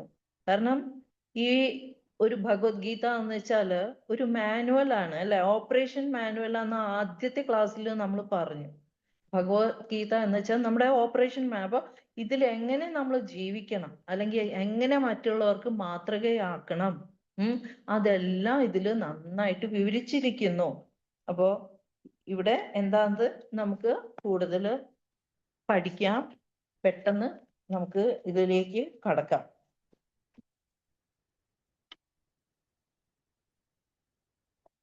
എനിക്കറിയാം വളരെ ടൈം കുറവാണ്, എന്നാലും പെട്ടെന്ന് നമുക്ക് തീർക്കാൻ പറ്റുമെങ്കിൽ നോക്കാം. ഓം നമോ ഭഗവതേ വാസുദേവായ. കർമ്മയോഗം. അർജുനോവാച ജായസി ചേത് കർമ്മണസ്തേ മതാ ബുദ്ധിർജനാർദന തം കിം കർമ്മണി ഘോരേ മാം നിയോജയസി കേശവ.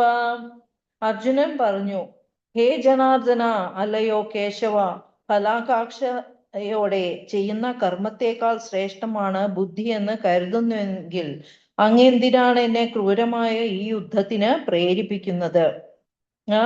ഇതാണ് ചോദിക്കുന്നത്. ഭഗവാൻ അർജുനനെ ദുഃഖസാഗരത്തിൽ നിന്നും മോചിപ്പിക്കുന്നതിന് വേണ്ടി സെക്കൻഡ് ചാപ്റ്ററില്, രണ്ടാമത്തെ ചാപ്റ്ററില് എന്താ ആത്മാവിനെ പറ്റി പറഞ്ഞു അല്ലെ, ആത്മാവിന്റെ സ്വഭാവത്തെ പറ്റി പറഞ്ഞു. പിന്നെ ആത്മാ സാക്ഷാത്കാരത്തിന്റെ മാർഗം എന്ന നിലയിൽ ബുദ്ധിയോഗം, കൃഷ്ണ കോൺഷ്യസ്നസ് അല്ലെങ്കിൽ കൃഷ്ണാവബോധത്തെ കുറിച്ച് അതെന്താന്ന് വിവരിച്ചു തന്നു. ഇത് ഒരിടത്ത് ഒറ്റയ്ക്ക് പോയിരുന്നിട്ട് നമ്മൾ സന്യസിക്കുന്നതല്ല ഭക്തി. നമുക്ക് കുറെ കർമ്മങ്ങൾ, നിയത കർമ്മങ്ങളുണ്ട്. അതെല്ലാം ചെയ്ത ശേഷം പടിപടിയായിട്ട് ഉയർന്നിട്ട് വേണം നമ്മൾ സന്യാസത്തിലെത്താൻ. അല്ലെങ്കിൽ അത് നമ്മൾക്ക് മനസ്സ് ശുദ്ധീകരിക്കാനോ അല്ലെങ്കിൽ മനസ്സിനെ നിയന്ത്രിക്കാനോ സാധ്യമല്ല. പെട്ടെന്ന് ഭഗവാന് അത് അർജുനൻ വിചാരിക്കുന്ന വെച്ചാൽ ഈ യുദ്ധത്തിൽ നിന്ന് പിന്മാറാനും അല്ലെങ്കിൽ യുദ്ധത്തിന്റെ ആ ഒരു ഇതിൽ നിന്ന് രക്ഷ നേടാൻ ഭക്തിയോഗത്തിലൂടെ അല്ലെങ്കിൽ കൃഷ്ണാവബോധത്തിലേക്ക് നീങ്ങിയാൽ അദ്ദേഹം രക്ഷപ്പെടുമല്ലോ എന്നാണ് വിചാരിച്ചത്. അങ്ങനെ ഒന്ന് ഒളിച്ചോടാനോ അല്ലെങ്കിൽ കൃഷ്ണാവബോധത്തെ ഒഴിവുകഴിവായിട്ട് മാറ്റി യുദ്ധത്തിൽ നിന്ന് പിന്മാറിയാലോ എന്ന് ആലോചിച്ചു പോയി. ബട്ട് അദ്ദേഹം ഒരു നല്ല ശിഷ്യനാണ്. ഭഗവാന് അദ്ദേഹത്തെ പറ്റി എല്ലാം അറിയാം. അർജുനൻ ഭഗവാന് ഏറ്റവും നല്ല പ്രവൃത്തി കർമ്മം എന്തെന്ന് ചോദിക്കുകയും ചെയ്യുന്നു. ഓക്കെ, പിന്നെ അടുത്ത ശ്ലോകം. വ്യാമിശ്രേണ വാക്യേന ബുദ്ധി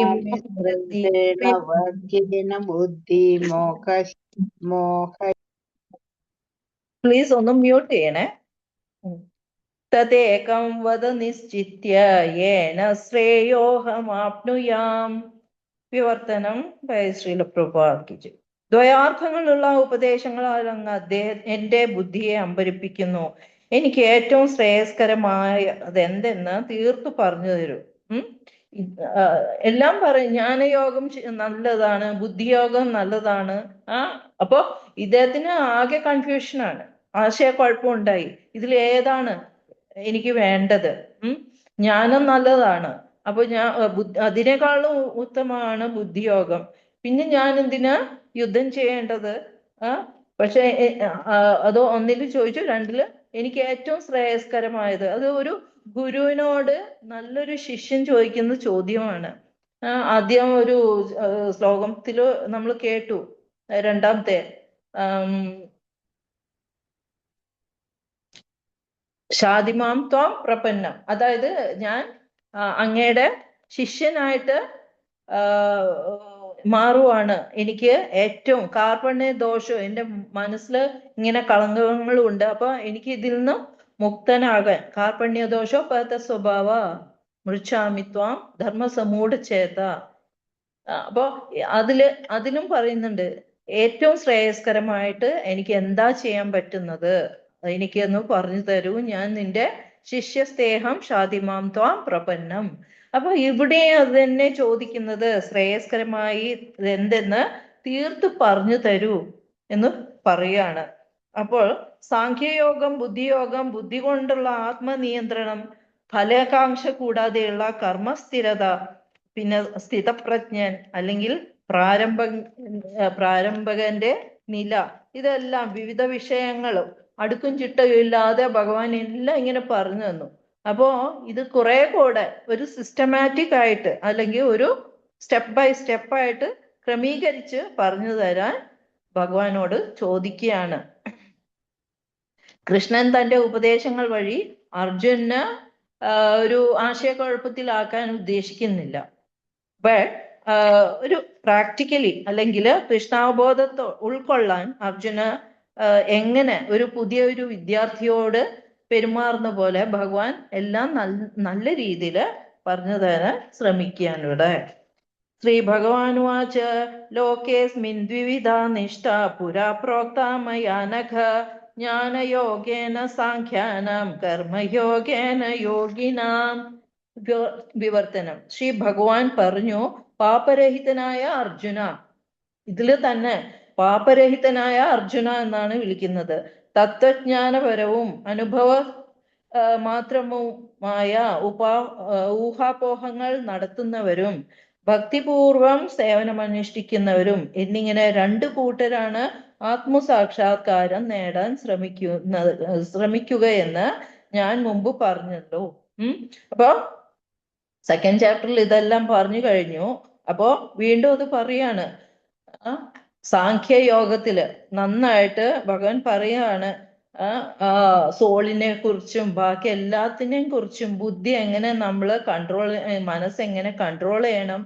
ആമത്തോട് ആമയുടെ തല തോടിനുള്ളില് വലിക്കുന്ന പോലെ നമ്മുടെ ഇന്ദ്രിയ സുഖങ്ങളിൽ നിന്ന് വലിച്ച് അകത്തേക്ക് കൊണ്ടുവരണം. എന്നാലേ നമുക്ക് ഭക്തി മാർഗത്തിലേക്ക് പോകാൻ പറ്റൂ. അല്ലെങ്കിൽ 2 വഞ്ചിയിലും കാല് വെക്കാൻ നമുക്ക് പറ്റില്ല.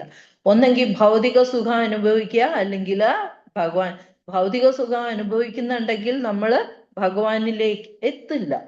പക്ഷെ ഈ ശരീരം നമ്മൾ എടുത്തിരിക്കുന്നത് എന്തിനാണ്? ഈ ശരീരം നമുക്ക് കിട്ടിയിരിക്കുന്നത് we are the most servant. We are the servant of this lord. അപ്പോ ആ ജീവാത്മാവ് ഇത് അറിഞ്ഞിട്ട് പെരുമാറണം. അതുകൊണ്ടാണ് ഭഗവാൻ ഇങ്ങനെ വീണ്ടും പറയുന്നത്. ഓക്കെ,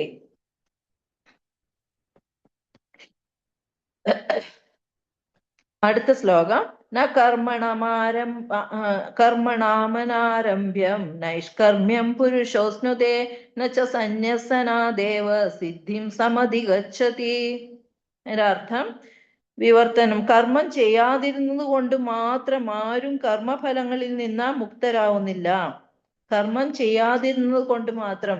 അപ്പോ ഇവിടെ കർമ്മം ചെയ്യണ്ടെന്ന് വിചാരിച്ചിട്ട് ഇദ്ദേഹം യുദ്ധത്തിൽ നിന്ന് പിന്മാറാൻ ശ്രമിക്കുകയാണ്. അപ്പോ അതിൽ നിന്ന് ആരും കർമ്മഫലങ്ങളിൽ നിന്നും മുക്തരാവുന്നില്ല.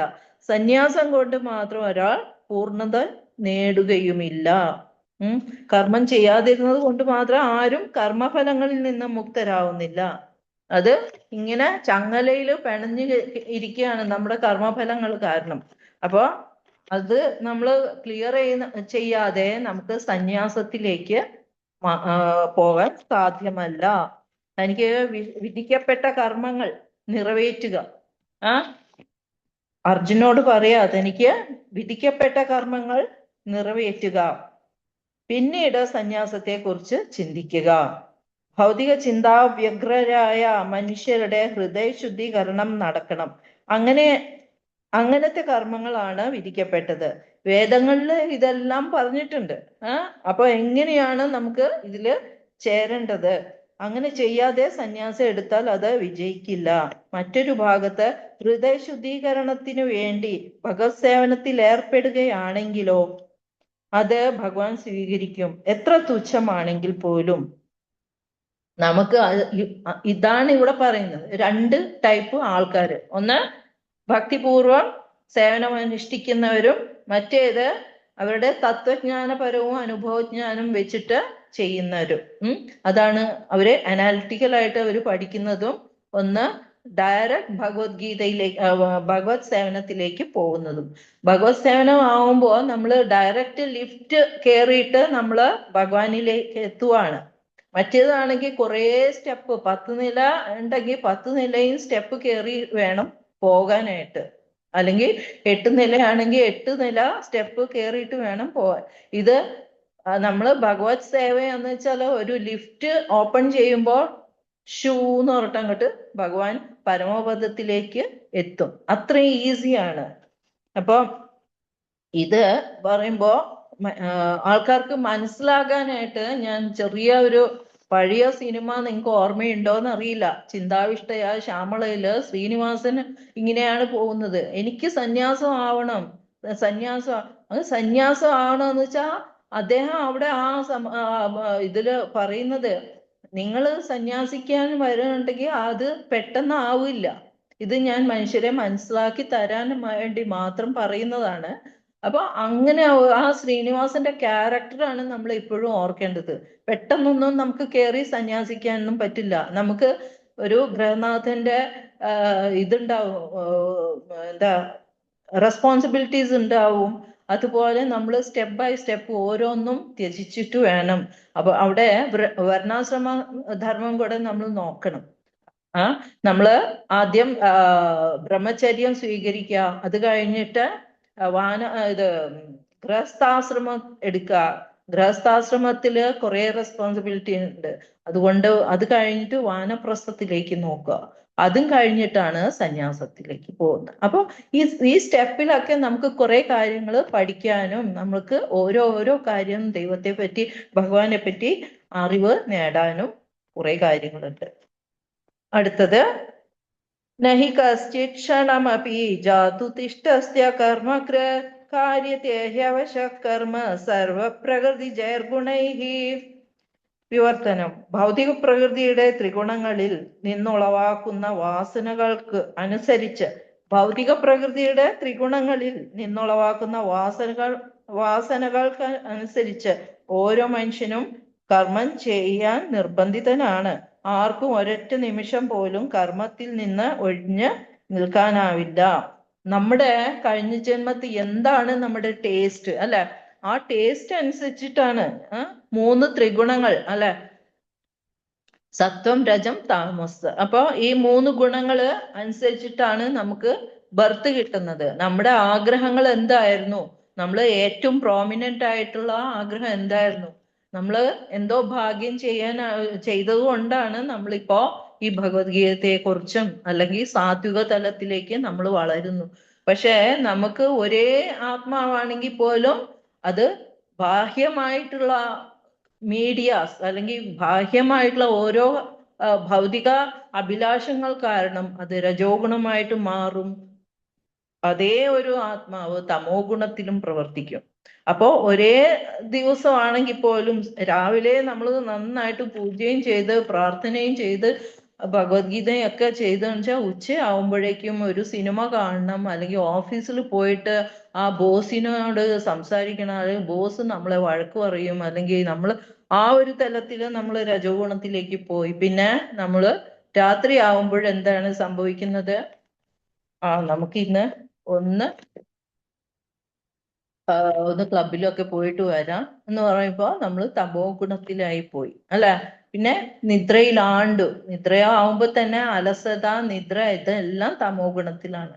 അപ്പൊ നമ്മള് കഴിഞ്ഞ ക്ലാസ്സിൽ ഇത് ആത്മസാക്ഷാത്കാരം കിട്ടുന്ന ആൾക്കാര് രാത്രി ആവുമ്പോ അവർക്ക് പകലുമാണ്, പകലുള്ള ആൾക്കാർക്ക് രാത്രിയുമാണ്, അല്ലെ? അപ്പൊ അത് മാതാജി നന്നായിട്ട് എക്സ്പ്ലെയിൻ ചെയ്തിരുന്നു. അപ്പൊ നമ്മള് ഈ സാത്വിക ഗുണത്തിലുള്ള ആൾക്കാര് 9 മണിക്ക് അല്ലെങ്കിൽ 10 മണിക്ക് മുമ്പ് കിടക്കണം, രാവിലെ 3 മണിക്ക് എണീക്കണം, ഭഗവാന്റെ കാര്യങ്ങളൊക്കെ ശുദ്ധ ബ്രഹ്മ മുഹൂർത്തത്തില് നമ്മൾ എടുത്ത് ഇതൊക്കെ വായിക്കണം, ജപിക്കണം. ഇതൊക്കെ ആവുമ്പോ മറ്റുള്ളവരും ഉറങ്ങുമ്പോ സാത്വിക ഗുണത്തിലുള്ളവര് എണീറ്റിട്ട് ഭഗവാന് വേണ്ടി പ്രവർത്തിക്കുകയാണ്, അല്ലെ?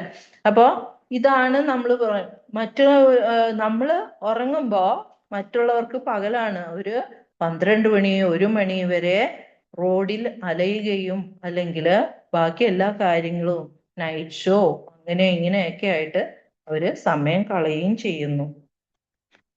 അടുത്തത് 6. കർമ്മേന്ദ്രിയാണി സംയമ്യ ആസ്തേ മനസാ സ്മരൻ ഇന്ദ്രിയാർത്ഥാൻ വിമൂഢാത്മാ മിഥ്യാചാരസ ഉച്യതേ. വിവർത്തനം. കർമ്മേന്ദ്രിയങ്ങളെ നിയന്ത്രിച്ചാലും വിഷയങ്ങളിൽ മനസ്സിനെ വ്യാപരിപ്പിച്ചു കൊണ്ടിരിക്കുന്നവൻ സ്വയം ഭ്രമിപ്പിക്കുകയാണ്. കപടനാട്യക്കാരൻ എന്നാണ് അയാളെ പറയേണ്ടത്. കർമ്മേന്ദ്രിയങ്ങളെ നിയന്ത്രിച്ചാലും, ഇത് നമ്മുടെ ചുറ്റും കുറെ ആൾക്കാരുണ്ട്. യോഗി ബാബാസ് അല്ലെങ്കിൽ ധ്യാനം, മെഡിറ്റേഷൻ, അത് ഇത് എന്നൊക്കെ പറയും, മെഡിറ്റേഷൻ എന്നൊക്കെയാ ഒരു 30 മിനിറ്റ് മെഡിറ്റേഷൻ. അത് കഴിഞ്ഞാലോ വീണ്ടും തഥൈവ. അപ്പോ ഇതെല്ലാം മനസ്സിലാക്കിയിട്ടാണ് നമ്മളോട് ചെയ്യുന്നു എന്ന് വിചാരിച്ചിട്ടാണ് അവർ ചെയ്യുന്നത്. പക്ഷെ അത് ഇതില് പറയുന്നത് കപട നാട്യക്കാരൻ എന്നാണ് അയാളെ പറയേണ്ടത്. അത്രയും നല്ല അന്ന് ഭഗവാൻ തന്നെ പറയുന്നത് കേട്ടോ. കൃഷ്ണബോധത്തോടെ പ്രവർത്തിക്കുവാൻ കൂട്ടാക്കാത്ത ചില കപട നാട്യക്കാരുണ്ട്. അവർ ധ്യാനം അഭിനയിച്ചുകൊണ്ട് മനസാ ഇന്ദ്രിയ സുഖങ്ങളിൽ മുഴുകുന്നു. സത്യമല്ലേ? അപ്പൊ ഇവിടുത്തെ മെഡിറ്റേഷൻ സെന്റർ അല്ലെങ്കിൽ യോഗ സെന്റർ എന്നൊക്കെ നമുക്ക് ബോർഡ് കാണാം. അല്ലെങ്കിൽ അങ്ങനെ അവിടെ എന്താ നടക്കുന്നത്? അരമണിക്കൂർ നിങ്ങൾക്ക് മെഡിറ്റേഷന് വേണ്ടി ട്രെയിൻ ചെയ്യിക്കുകയാണ്. അത് കഴിഞ്ഞ് നിങ്ങൾ ആ ഒരു മെഡിറ്റേഷൻ വെച്ചിട്ടാണോ നമ്മൾ ജീവിക്കുന്നത്? ആ ഒരു അരമണിക്കൂർ പൈസയ്ക്ക് വേണ്ടി 5000 രൂപ 7000 രൂപ അല്ലെങ്കിൽ അങ്ങനെ നമ്മൾ വലിയ തുകയും കൊടുത്തിട്ട് മെഡിറ്റേഷൻ യോഗ സെന്റർ എന്നൊക്കെ പറഞ്ഞിട്ട് നമ്മുടെ കയ്യിൽ നിന്ന് പൈസ മേടിക്കും. പക്ഷേ നമുക്ക് യാഥാർത്ഥമായിട്ട് ചിന്തിച്ചാൽ നമ്മൾ അത് ചിന്തിച്ചിട്ടാണോ നമ്മൾ ജീവിക്കുന്നത്? ഇന്ദ്രിയ സുഖം അപ്പോഴും നമ്മൾ ആഗ്രഹിച്ചുകൊണ്ടിരിക്കുകയാണ്. മനസ്സാ ഇന്ദ്രിയ സുഖങ്ങളിൽ മുഴുകുന്നു. അപ്പൊ ഇതിനേക്കാളും ഭഗവാൻ പറയുന്നത്, ഭഗവാന്റെ ഇങ്ങനെ പറ്റിക്കുന്ന ആൾക്കാര് അവർക്ക് അറിവുണ്ടെങ്കിൽ പോലും ഭഗവാന്റെ മായാശക്തിയാൽ ഇതെല്ലാം നഷ്ടപ്പെടുന്നു. അവർക്ക് അതിൻ്റെയൊക്കെ നോളജ് ഉണ്ടെങ്കിൽ പോലും ഭഗവാന്റെ മായാശക്തിയാൽ ഇതെല്ലാം നഷ്ടപ്പെട്ടുകൊണ്ടിരിക്കുന്നു. അത്തരമൊരു വഞ്ചകന്റെ മനസ്സ് എപ്പോഴും മലിനമാകയാൽ അയാളുടെ ധ്യാന യോഗാഭിനയങ്ങൾക്കും വിലയില്ല തന്നെ. എത്ര നന്നായിട്ടാണ് ഇതിൽ പറഞ്ഞിരിക്കുന്നത് നോക്കൂ. അപ്പൊ സത്യം പറഞ്ഞാല് നമ്മളെ ഈ വഴിതെറ്റിക്കുന്ന കുറെ കാര്യങ്ങള് നമ്മുടെ സമൂഹത്തിലുണ്ട്. അപ്പൊ നമ്മൾ ചൂസ് ചെയ്ത് എടുക്കുന്നത് ഏതാണ് നല്ലതെന്ന് നോക്കിയിട്ട് വേണം. ഏറ്റവും നല്ലത് കൃഷ്ണാവബോധം തന്നെയാണ്. അടുത്ത ശ്ലോകം. യസ്വിന്ദ്രിയാണി മനസാ നിയമയാരഭതേർജുന കർമ്മേന്ദ്രിയേ കർമ്മയോഗം അസക്ത സവിശിഷ്യതേ.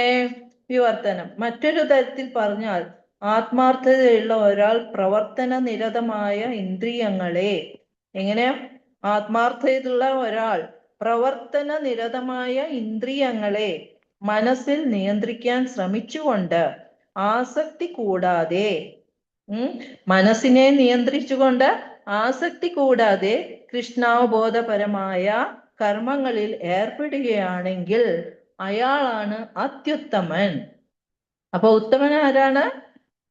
മനസ്സിനെ നിയന്ത്രിച്ച കൃഷ്ണാബോധപരമായ കർമ്മങ്ങളിൽ ഏർപ്പെടുക. അദ്ദേഹം അത്യുത്തമൻ. ആരാ പറയുന്നത്? സാക്ഷാൽ ശ്രീകൃഷ്ണ ഭഗവാൻ പറയുന്നു. അപ്പൊ ഓരോരുത്തരെ ഇന്ദ്രിയ സുഖങ്ങൾക്കും ഇൻഡിപെൻഡന്റ് ആയിട്ട് ജീവിക്കാനും വേണ്ടി അതീന്ദ്രിയ ജ്ഞാനിയായിട്ട് നടിക്കുകയായിരിക്കും. നേരത്തെ പറഞ്ഞ പോലെ ആ നടിക്കുന്നതിനേക്കാളും നല്ലത് ഏതാ? നമുക്ക് വിഷ്ണുവിനെ പ്രാപിക്കൽ. അറ്റ്ലീസ്റ്റ് നമ്മള് ഭൗതിക ബന്ധനങ്ങളിൽ നിന്നും മോചനം കിട്ടും ഭഗവാനെ സേവിച്ചാൽ. കൃഷ്ണാവബോധപരമായ സേവന കർമ്മം കൊണ്ട് ഗൃഹസ്ഥനും ഈ ഒരു പരമപദം പ്രാപിക്കാം. അതാ ഞാൻ പറഞ്ഞത്. നമ്മള് ഈ വർണ്ണാശ്രമ ധർമ്മം പാലിക്കുകയാണെങ്കിൽ അതില് നമ്മൾ ചിട്ടയായി ജീവിക്കാൻ പറ്റും. ഇങ്ങനെ നമ്മൾ കൗമാരം കഴിഞ്ഞ ബ്രഹ്മചര്യം, ബ്രഹ്മചര്യം കഴിഞ്ഞ ഗൃഹസ്ഥത്തിൽ നമ്മൾ ചെയ്യേണ്ട കാര്യങ്ങളുണ്ട്. അത് കഴിഞ്ഞ വാനപ്രസ്ഥം. അപ്പൊ നമ്മൾ പടിപടിയായിട്ട് നമ്മൾ സന്യാസത്തിലേക്ക് നമുക്ക് പോകാം. അപ്പൊ ഈ ഗൃഹസ്ഥനാണെങ്കിൽ പോലും ഈ പരമപദം പ്രാപിക്കാം. ഒരാൾക്ക് ആത്മസാക്ഷാത്കാരത്തിന് വേണ്ടി ശാസ്ത്രാനുസൃതമായ നിയന്ത്രണ ജീവിതം നയിക്കുകയും അങ്ങനെ അനാസക്തനായി പ്രവർത്തിച്ചുകൊണ്ട് പുരോഗമിക്കുകയുമാകാം. അടുത്ത ശ്ലോകം. നിയതങ്കുരു കർമ്മത്വം കർമ്മജ്യായോഹ്യ കർമ്മണഃ ശരീരയാത്രാപി ച തേന പ്രസിദ്ധ്യേത കർമ്മണഃ. നിനക്ക് വിധിക്കപ്പെട്ട കർമ്മം ചെയ്യുക. ഇതിൽ പറയുന്നത് നിനക്ക് വിധിക്കപ്പെട്ട കർമ്മം ചെയ്യുക. യു ആർ എ ക്ഷത്രിയ. അപ്പൊ ആ ക്ഷത്രിയ ധർമ്മം എന്താണെന്ന് അനുസരിച്ച് ചെയ്യുക. നൈഷ്കർമ്മത്തെക്കാൾ ശ്രേഷ്ഠമാണ് കർമ്മം. നിഷ്കാമമായിട്ട് നമ്മൾ ഒന്നും ചെയ്യാത്തതിനേക്കാളും നമ്മൾ ധർമ്മം അനുസരിച്ച് ചെയ്യുന്നതാണ് കർമ്മം. കർമ്മം ചെയ്യാതെ സ്വന്തം ശരീരം നിലനിർത്താൻ പോലും ആർക്കും സാധ്യമല്ല. അല്ലെ? നമ്മൾ ഉറങ്ങുമ്പോ തന്നെ ഒന്ന് ആലോചിച്ച് നോക്കൂ, ഇതിന്റെ ഉള്ളിലുള്ള ഈ ജീവാത്മാവ് ടപ ടപ ടപ ടപ ഹാർട്ട് ബീറ്റ് ആരാണ് കൺട്രോൾ ചെയ്യുന്നത്? പോട്ടെ, നമ്മൾ ഇങ്ങനെ ഭക്ഷണം കഴിക്കുന്നു, ഈ മലദ്വാരം വരെയുള്ള ആ എലിമെന്ററി കനാൽ എന്ന് പറയുന്നു. ആ എലിമെന്ററി കനാലില് നമ്മൾ അറിയുന്നുണ്ട് എന്തൊക്കെ നടക്കുന്നു. അപ്പൊ ഈ 24 hours ഈ ബോഡി ഇങ്ങനെ പ്രവർത്തിച്ചുകൊണ്ടിരിക്കുകയാണ്. ഒരു കെമിക്കൽ ഫാക്ടറിയാണ് നമ്മുടെ ബോഡി. അപ്പൊ അത് ഇവിടുന്ന് ഭക്ഷണം കഴിച്ച് അത് ദഹിപ്പിക്കാനുള്ള ഈ അന്നനാളത്തിലൂടെ താഴെ പോയിട്ട് സ്റ്റൊമക്കിൽ പോയിട്ട് അത് ഗ്യാസ്ട്രിക് ജ്യൂസുമായിട്ട് ഇത് ഡൈജഷൻ നടക്കുന്നു. അത് കഴിഞ്ഞിട്ട് അബ്സോർഷൻ നടക്കുന്നു. ഇതൊക്കെ നമ്മൾ അറിയാണ്ട് തന്നെ. അപ്പൊ ബോഡി ഇത് മൊത്തത്തിൽ പിന്നെ 5 ലിറ്ററോളം ബ്ലഡ് ഇങ്ങനെ കറങ്ങിക്കൊണ്ടിരിക്കുകയാണ്. പമ്പിങ് നടക്കുവാണ് ഹാർട്ടില്. ശ്വാസകോശത്തിൽ പോയി പ്യൂരിഫിക്കേഷൻ ഇതെല്ലാം നമ്മൾ അറിയാണ്ട് നടക്കുക. അപ്പൊ പ്രവർത്തനമില്ലാതെ ഒരു ജീവന് നിലനിൽക്കാൻ പറ്റില്ല. അഥവാ ഈ പ്രവർത്തനം ഇല്ലെങ്കിലോ ആ ശരീരം ജഡമായി പോയി. അപ്പൊ സദാ നമ്മള് പ്രവർത്തിച്ചുകൊണ്ടിരിക്കുകയാണ്. ഒരു യന്ത്രം പോലെ നമ്മുടെ ബോഡി എപ്പോഴും പ്രവർത്തിച്ചുകൊണ്ടിരിക്കുകയാണ്. പക്ഷെ കൃഷ്ണ കോൺഷ്യസിലാണെങ്കിലോ നമ്മള് ഭഗവാനെ പ്രീതിപ്പെടുത്താൻ പറ്റും.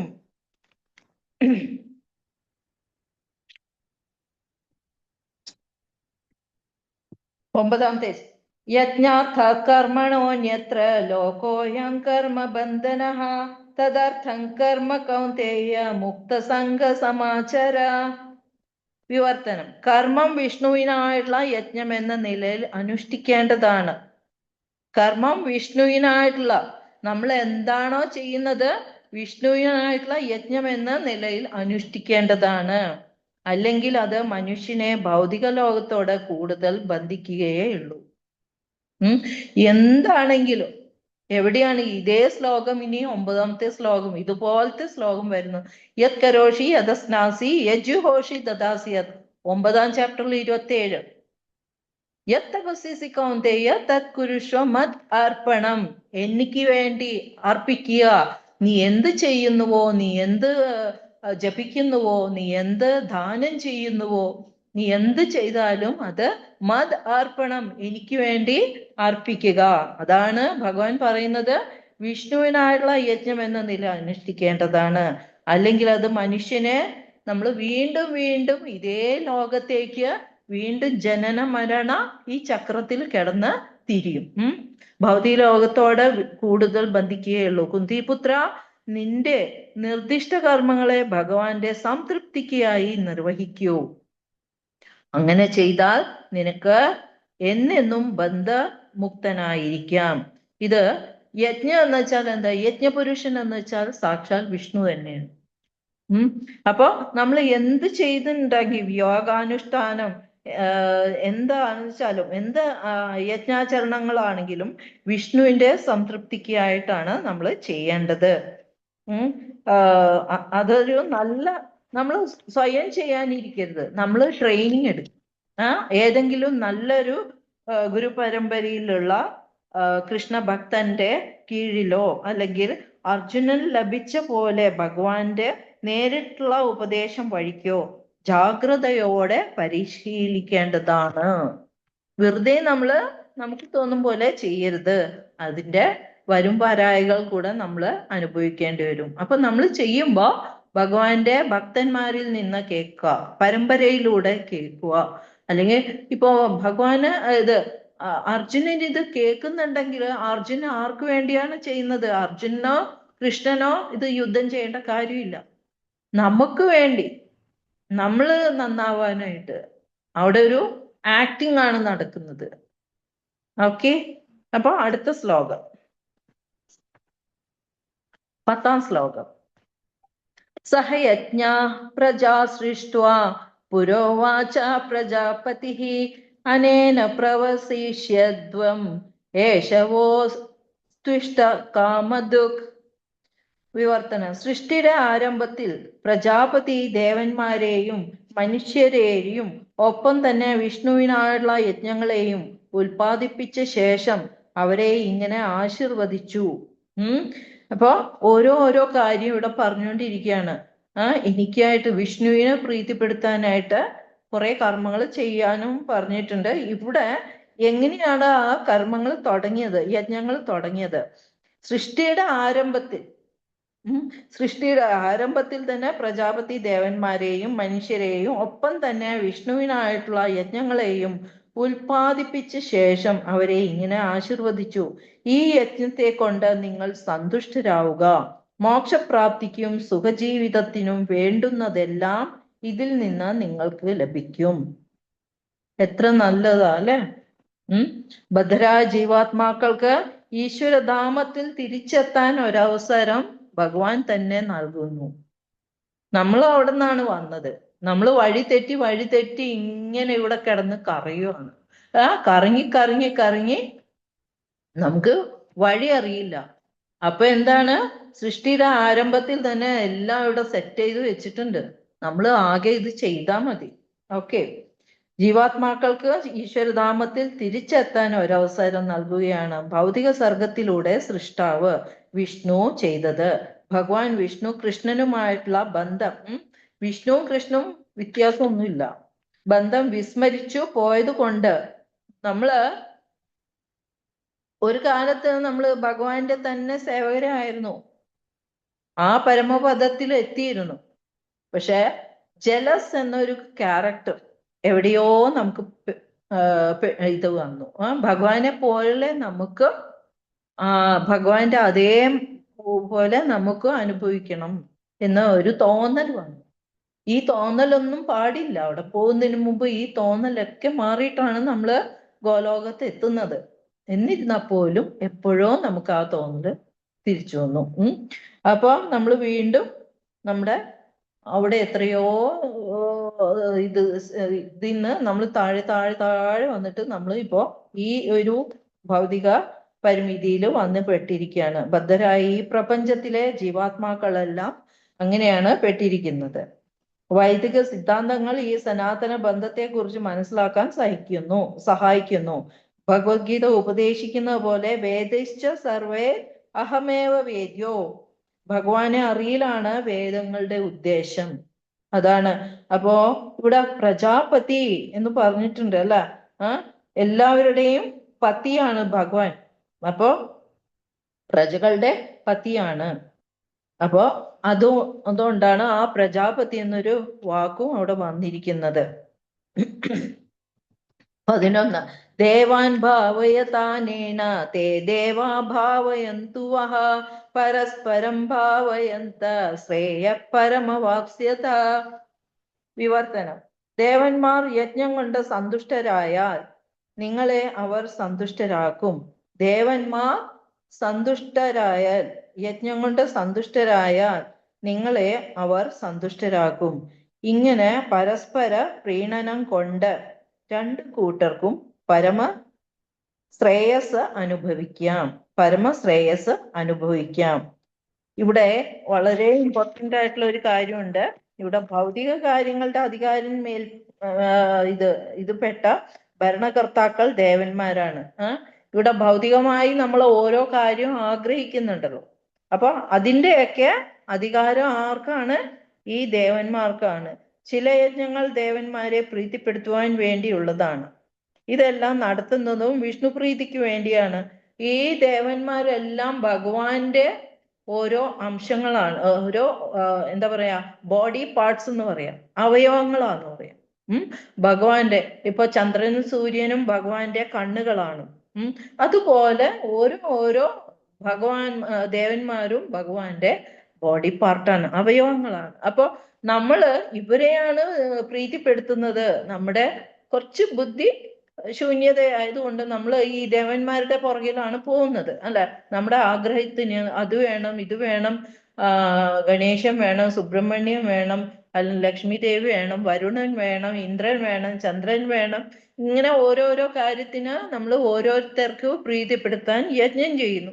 പക്ഷെ ഇതെല്ലാം ചെന്നെത്തുന്നത് സാക്ഷാൽ വിഷ്ണു. കാരണം എല്ലാം ഭഗവാന്റെ ബോഡി പാർട്ട് ആയതുകൊണ്ട് ആ ഡയറക്റ്റ് അത് എത്തുന്നത് ദേവന്മാരെ വിഷ്ണുവിനാണ്, വിഷ്ണു പ്രീതിക്ക് വേണ്ടിയാണ്. യജ്ഞാനുഷ്ഠാനം കൊണ്ട് ഭക്ഷ്യവസ്തുക്കൾ ശുദ്ധീകരിക്കപ്പെടുന്നു. ആ ശുദ്ധീകൃത ആഹാരങ്ങൾ ഭക്ഷിക്കുന്നവരുടെ ജീവിതം കൂടി പവിത്രമാവുന്നു. നമുക്ക് ഈ കിട്ടുന്ന എല്ലാ ധാന്യങ്ങളാണെങ്കിലും ബാക്കി എല്ലാ കാര്യങ്ങളും നമുക്ക് തരുന്നത്, നമ്മളായിട്ട് നമുക്ക് എന്തെങ്കിലും ഒരു നെൽമണി പോലും നമുക്ക് ഇത് കിളുക്കാൻ പറ്റുമോ? അല്ലെങ്കിൽ ആ ഒരു റൈസ്, നമുക്ക് ഇത്രയോ സയന്റിസ്റ്റ് ഉണ്ട്, നമുക്ക് സ്വന്തം ഒരു വഴുതനങ്ങ ഉണ്ടാക്കാൻ പറ്റുമോ? അല്ലെങ്കിൽ ഒരു പഴം, ഒരു വാഴക്കൊല അല്ലെങ്കിൽ വാഴ നമുക്ക് ഇങ്ങനെ കടയിൽ നിന്ന് കിട്ടുന്നത് കൊണ്ട് ആ വാഴ വിത്തിൽ നിന്ന് ഓരോ വാഴ ഇങ്ങനെ നട്ട് നമ്മൾ വാഴ. പക്ഷെ ആ പ്രകൃതിയിൽ നിന്ന് കിട്ടുന്ന ആദ്യമായിട്ടുള്ള ഒരു വാഴ അത് നമുക്ക് സൃഷ്ടിക്കാൻ പറ്റിയോ? ഇല്ല. അപ്പൊ ഇതെല്ലാം സൃഷ്ടിയുടെ പ്രാരംഭത്തിൽ തന്നെ നമുക്ക് വേണ്ട എല്ലാ കാര്യങ്ങളും ഈ ലോകത്ത് വന്നു കഴിഞ്ഞു. അപ്പൊ ആ ഭക്ഷ്യവസ്തുക്കൾ പോലും ഈ ദേവന്മാരാണ് നൽകുന്നത്. അപ്പൊ ഇങ്ങനെ ശുദ്ധീകരിച്ച ആഹാരങ്ങൾ, അതാണ് ഭഗവാൻ പറയുന്നത്, പത്രം പുഷ്പം ഫലം തോയം യോമേ ഭക്തിയ പ്രയച്ഛതി. എനിക്ക് വേണ്ടി ഉണ്ടാക്കൂ, എനിക്ക് ഇലയോ ഒരു പുഷ്പമോ ജലമോ എന്താണെന്ന് വെച്ചാല് നിങ്ങൾ കഴിക്കുന്നതിന് മുമ്പ് എന്നെ കൂടെ അത് ഇത് ചെയ്യണം, ഓഫർ ചെയ്യണം അപ്പൊ എന്താ ചെയ്യുന്ന, അതും കൂടെ പവിത്രമാവുന്നു. ജീവിത ശുദ്ധി ഉണ്ടാവുന്നു. ജീവിത ശുദ്ധി ഉണ്ടാവുമ്പോ സ്മരണശുദ്ധി ഉണ്ടാവുന്നു. മുക്തി ചിന്ത, മുക്തിമാർഗ ചിന്തയിലൂടെ നമ്മൾ കടന്നു പോകുന്നു. അങ്ങനെ മുക്തിമാർഗ ചിന്ത വരുമ്പോ ഓട്ടോമാറ്റിക്കലി കൃഷ്ണാബോധത്തിലേക്ക് എത്തിക്കൊള്ളുന്നു. അപ്പൊ വളരെ ഇമ്പോർട്ടന്റ് ആയിട്ടുള്ള ഒരു ശ്ലോകമാണിത് കേട്ടോ. അടുത്തത് ഇഷ്ടാൻ ഭോഗാൻ ഹി ഓ ദേവാ ദാസ്യന്തേ യജ്ഞഭാവിതാഃ തൈർദത്താന പ്രദായേർഭ്യോ യോ ഭുങ്ക്തേ സ്നേന ഏവ സഹ. വിവർത്തനം: ജീവിതത്തിൽ വിവിധങ്ങളായ ആവശ്യങ്ങളുടെ ചുമതല വഹിക്കുന്ന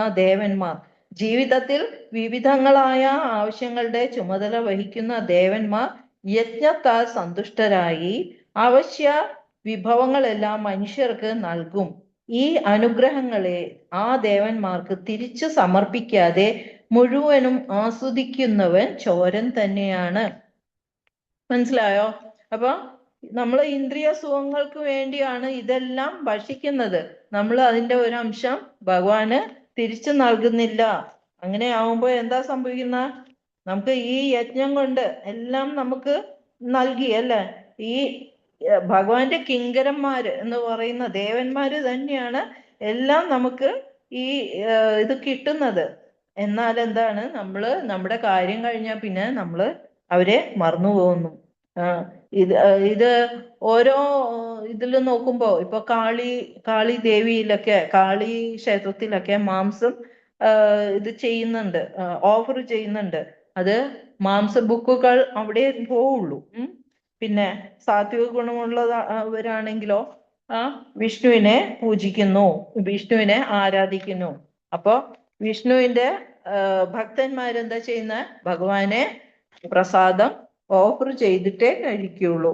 എന്നാലേ നമുക്കത്, അല്ലെങ്കിൽ നമ്മുടെ ഇന്ദ്രിയ സുഖങ്ങൾക്ക് വേണ്ടി നമ്മൾ കഴിക്കുന്നുണ്ടെങ്കിൽ അതെന്താണ്, നമ്മൾ കള്ളന്മാരായിട്ട് പോകും. കാരണം ഇതൊക്കെ നമ്മുടെ സ്വന്തം അല്ല, ഇത് ഈ പ്രപഞ്ചത്തിൽ തന്നെ ഇതെല്ലാവർക്കും വേണ്ടി ഭഗവാൻ സൃഷ്ടിച്ച ഒരു കാര്യമാണ്. 13 യജ്ഞശിഷ്ടാശിന സന്തോ. ഈ ശ്ലോകം ഒന്നുകൂടെ നിങ്ങൾ ഒന്ന് നോട്ട് ചെയ്ത് വെക്കുക. നമ്പർ 13 3:13. യജ്ഞശിഷ്ടാസിന സന്തോ മുച്യന്തേ സർവ കിൽബിഷൈഹി ഭുഞ്ജതേ തേ ത്വഖം പാപ യേ പചന്ത്യാത്മകാരണാത്. വളരെ ഇമ്പോർട്ടന്റ് ആയിട്ടുള്ള ശ്ലോകമാണ്. യജ്ഞത്തിൽ നിവേദിക്കപ്പെടുന്ന അന്നം ഭക്ഷിക്കുന്നത്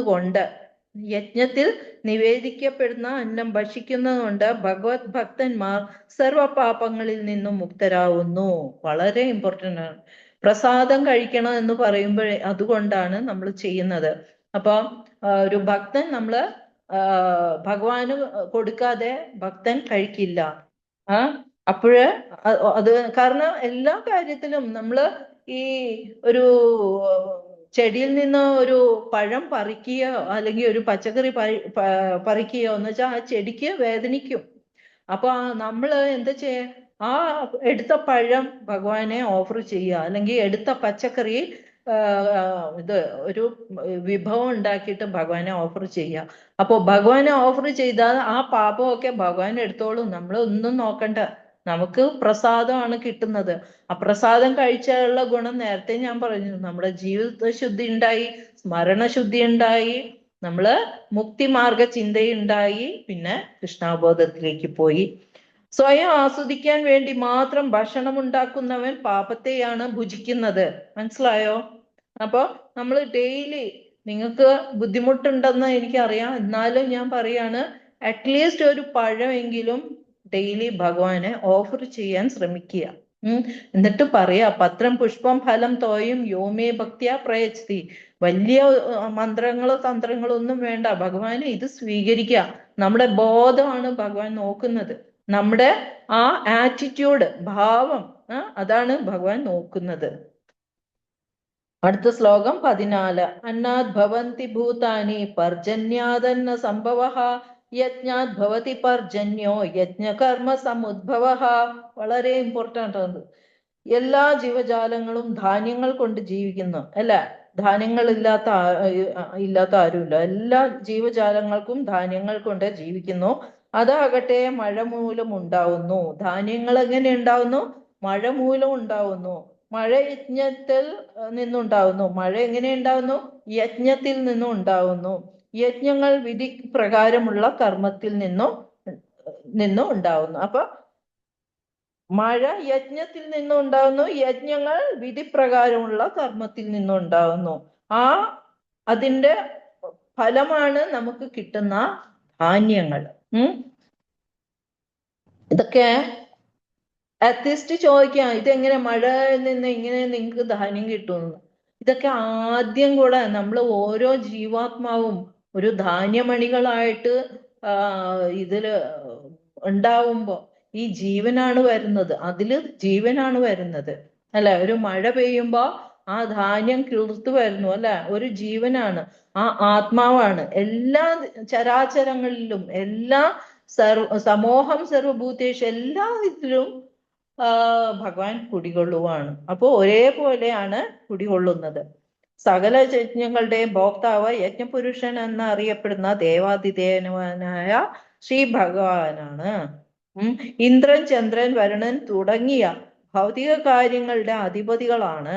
വായു, വെളിച്ചം, വെള്ളം മുതലായ ഭക്ഷ്യവസ്തുക്കൾ വിളയിക്കാൻ ആവശ്യമുള്ള വിഭവങ്ങൾ അവർ കനിഞ്ഞു വേണ്ടുവോളം നൽകട്ടെ എന്ന് ഉദ്ദേശിച്ചു കൊണ്ടാണ് ഈ ദേവന്മാർക്ക് വേണ്ടി യജ്ഞാനുഷ്ഠാനങ്ങൾ ചെയ്യാൻ വേദങ്ങൾ നിർദ്ദേശിക്കുന്നത്. വേദങ്ങളാണ്, വേദത്തിലെല്ലാം എഴുതി വെച്ചിട്ടുണ്ട്.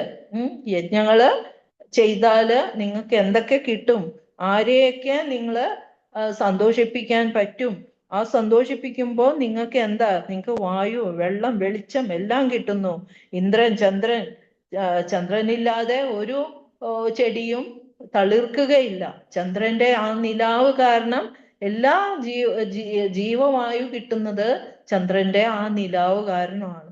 അപ്പൊ എല്ലാ കാര്യങ്ങളും ഇവര് ഇന്ദ്രനില്ലാണ്ട് മഴ പെയ്യുമോ? അപ്പൊ ഇതെല്ലാം നമ്മള് പ്രാർത്ഥിച്ചിട്ട്, അല്ലെങ്കിൽ ആ യജ്ഞങ്ങൾ കൂടെ നമുക്ക് ലഭിക്കുന്നതാണ്. അടുത്ത ശ്ലോകം, സമയം അതിക്രമിച്ചു, ഇനി 5 ശ്ലോകം കൂടെ. 15.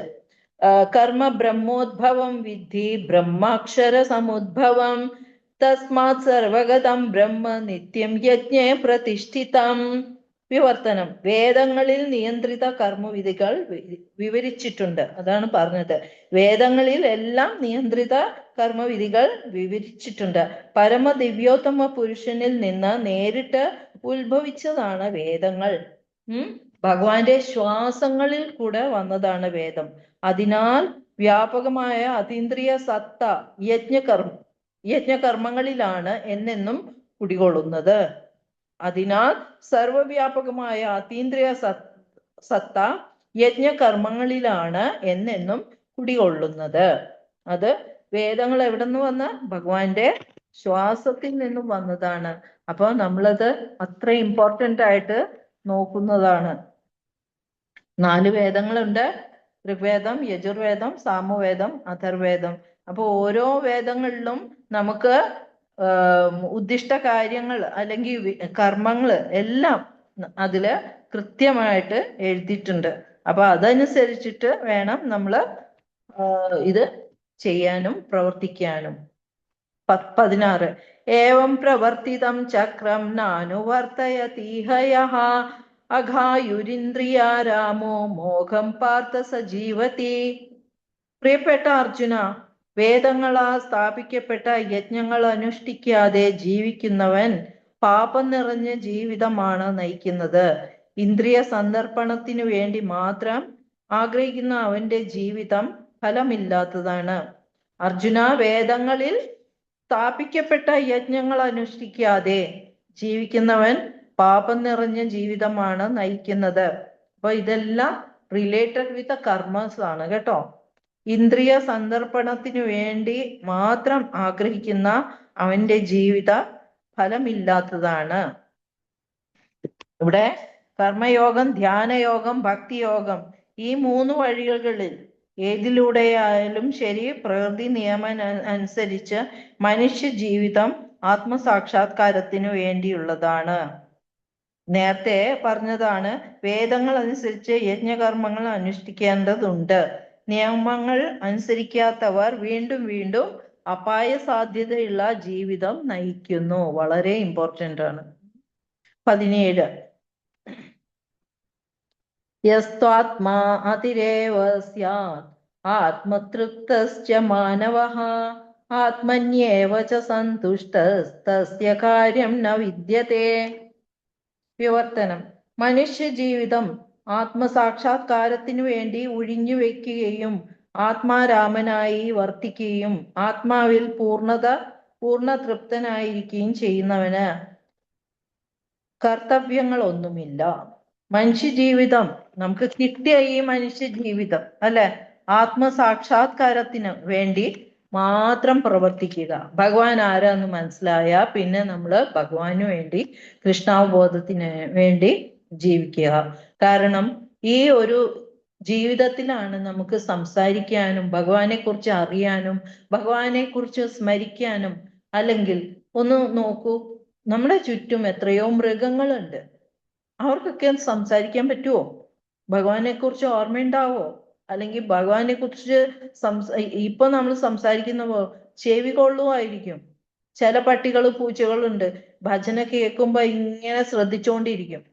മേ ബി അവരുടെ ഒരു അവസാനത്തെ ജീവിതമായിരിക്കും. പക്ഷെ യൂഷ്വലി ഒന്ന് നോക്കൂ, കാട്ടിൽ എത്രയോ മൃഗങ്ങളുണ്ട്, എത്രയോ ഇഴജന്തുക്കളുണ്ട്. ഇതൊക്കെ നമ്മുടെ കർമ്മഫലങ്ങൾ കാരണം ഉണ്ടാവുന്ന ഓരോ ജന്മങ്ങളാണ്.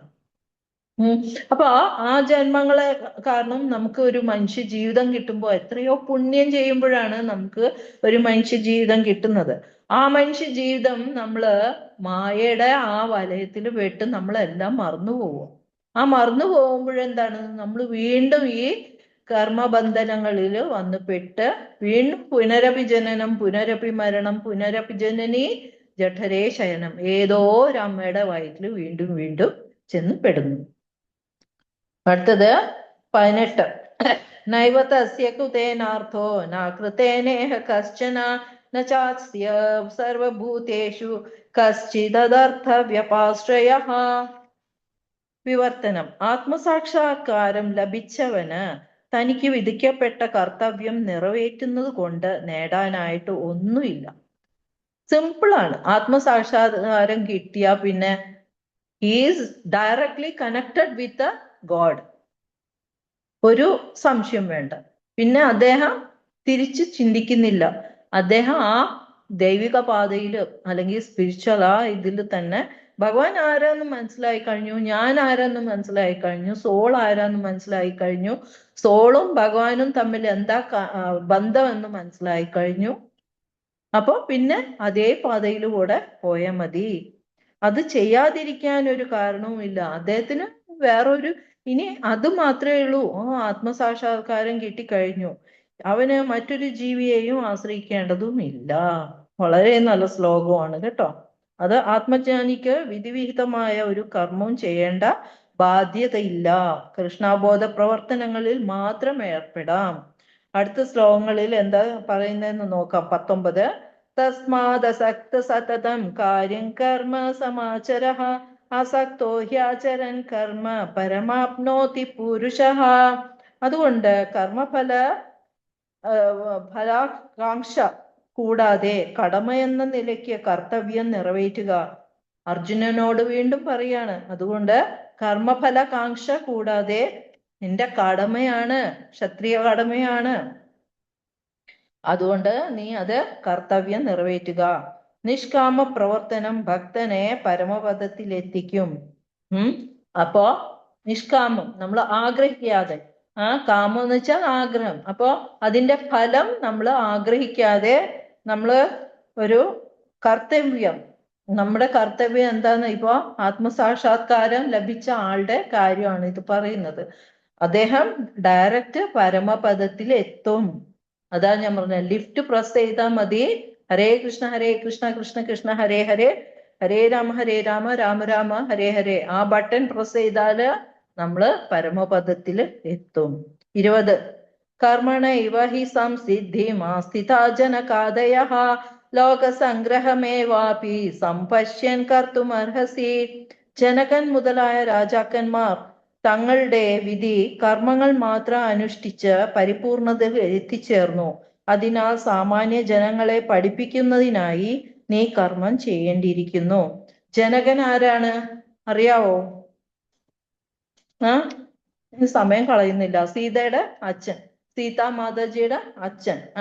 അപ്പൊ ശ്രീരാമന്റെ അമ്മായി അച്ഛൻ. അപ്പൊ ജനക മഹാരാജാവെന്ന് വൺ ഓഫ് ദ മഹാജനമാണ്. അപ്പോ എല്ലാം അവരുടെ ആ നീതി ന്യായ വ്യവസ്ഥ അത്രയും ഭഗവത് പദത്തിൽ എത്തിയ ആളാണിത്.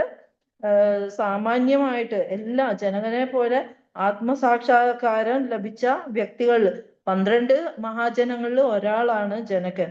തന്മൂലം അവർക്ക് വൈദിക വിധി പ്രകാരമുള്ള അനുഷ്ഠാനങ്ങളുടെ ആവശ്യമില്ലായിരുന്നു. എന്നിട്ടും എന്താണ്, അദ്ദേഹം സാമാന്യ ജനങ്ങൾക്ക് മാതൃക കാണിക്കുവാൻ വേണ്ടി വിധിവിഹിതങ്ങളായ അനുഷ്ഠാനങ്ങളെല്ലാം അവർ ചെയ്തു പോന്നു. അപ്പോ ഇങ്ങനെ ഇതാണ് നമ്മുടെ ഡ്യൂട്ടി ആൻഡ് ലീഡർഷിപ്പ് എന്ന് പറയുന്നത്. 17-ാം ശ്ലോകം മുതൽ നമ്മൾ പറയുന്നത്, 19-ാം ശ്ലോകം അല്ലെ, 17 മുതൽ 24 ഡ്യൂട്ടി ആൻഡ് നമ്മുടെ ലീഡർഷിപ്പ്. നമ്മൾ എങ്ങനെയായിരിക്കണം, ഒരു രാജാവാണെങ്കിൽ എങ്ങനെയായിരിക്കണം, അല്ലെങ്കിൽ ഒരു നേതാവാണെങ്കിൽ എങ്ങനെയായിരിക്കണം, നമ്മള് ഇവിടെ കാണികളെ നമ്മുടെ ചുറ്റും ആശ്രയിക്കുന്ന ആളെ നമ്മൾ എങ്ങനെ മാതൃക ആയിരിക്കണം, അതാണ് അവിടെ പറയുന്നത്. അപ്പോ ഭഗവാൻ കൃഷ്ണനും അർജുനനും കുരുക്ഷേത്രത്തിൽ യുദ്ധം ചെയ്യേണ്ട ആവശ്യമില്ലായിരുന്നു. നീതിവാദങ്ങൾ, അവിടെയാണ് ഭഗവാൻ പറയുന്നത്, നീതിവാദങ്ങൾ കൊണ്ട് ഫലമില്ലാതെ വരുന്നിടത്ത് ഹിംസ ആവശ്യമാണെന്ന് സാമാന്യ ജനങ്ങളെ ബോധ്യപ്പെടുത്താനാണ് യുദ്ധം ചെയ്തത് അല്ലെ. സാക്ഷാൽ ഭഗവാൻ, അഖിലാണ്ട കോടി നായകനായ ഭഗവാൻ തന്നെ കുരുവംശത്തിലെ കൊട്ടാരത്തില് ദൂതനായിട്ട് പോയി. എന്നിട്ട് എന്താ നടന്നത്?